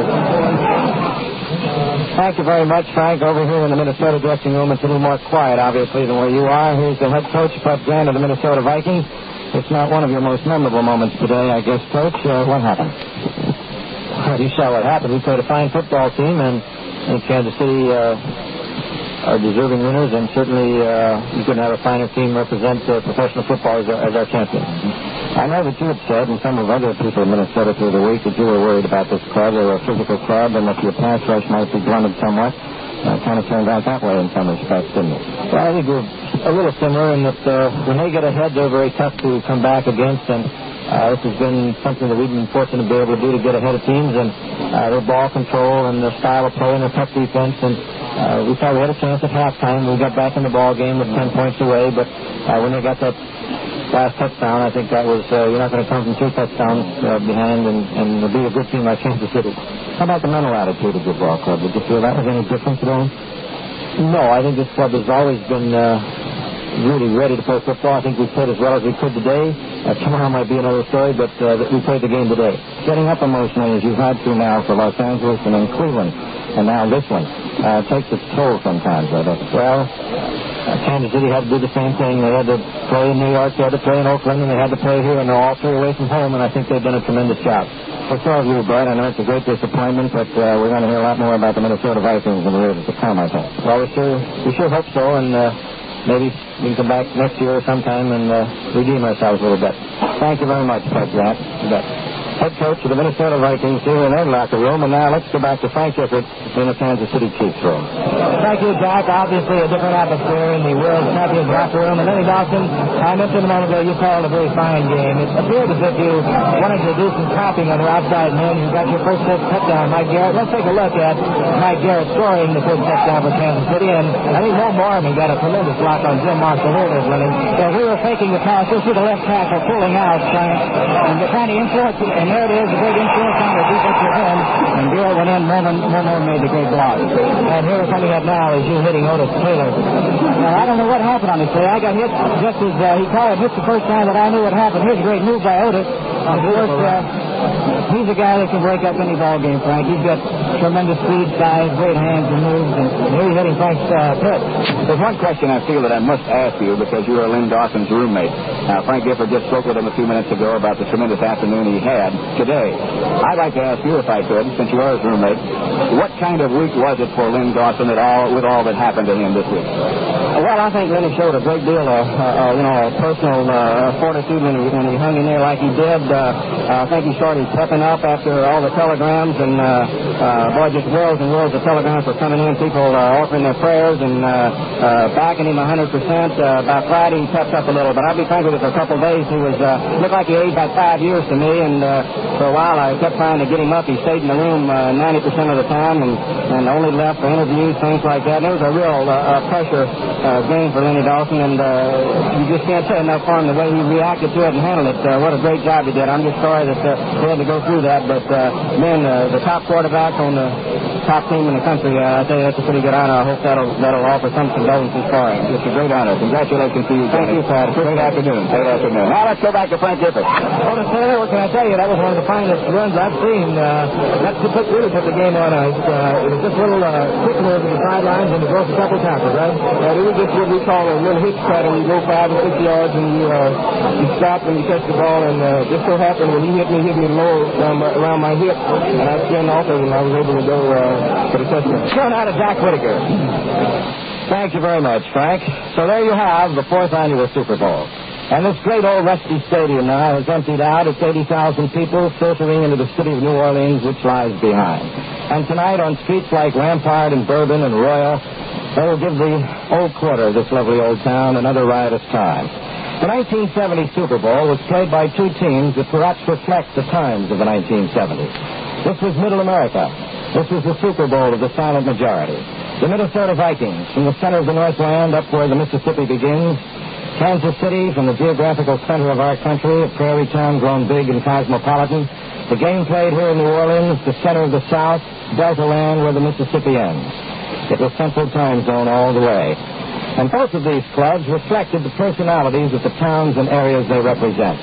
For Minnesota, the disappointment is, of course, keen. This is a proud club. Their pride born of their expansionist beginnings and nurtured by the excellence of their organization. But their fans must know that the Vikings are going to be a factor for many more seasons to come. Today, they were just simply outplayed. For Kansas City, the victory is all the sweeter than most. They came into this game after a second chance because of an artificial playoff system. But once getting that second chance, they made it work. And their win today against the best of the other league solidifies their league's claim to parity and perhaps a little more. The year of the Jets has ended. The year of the Chiefs has begun.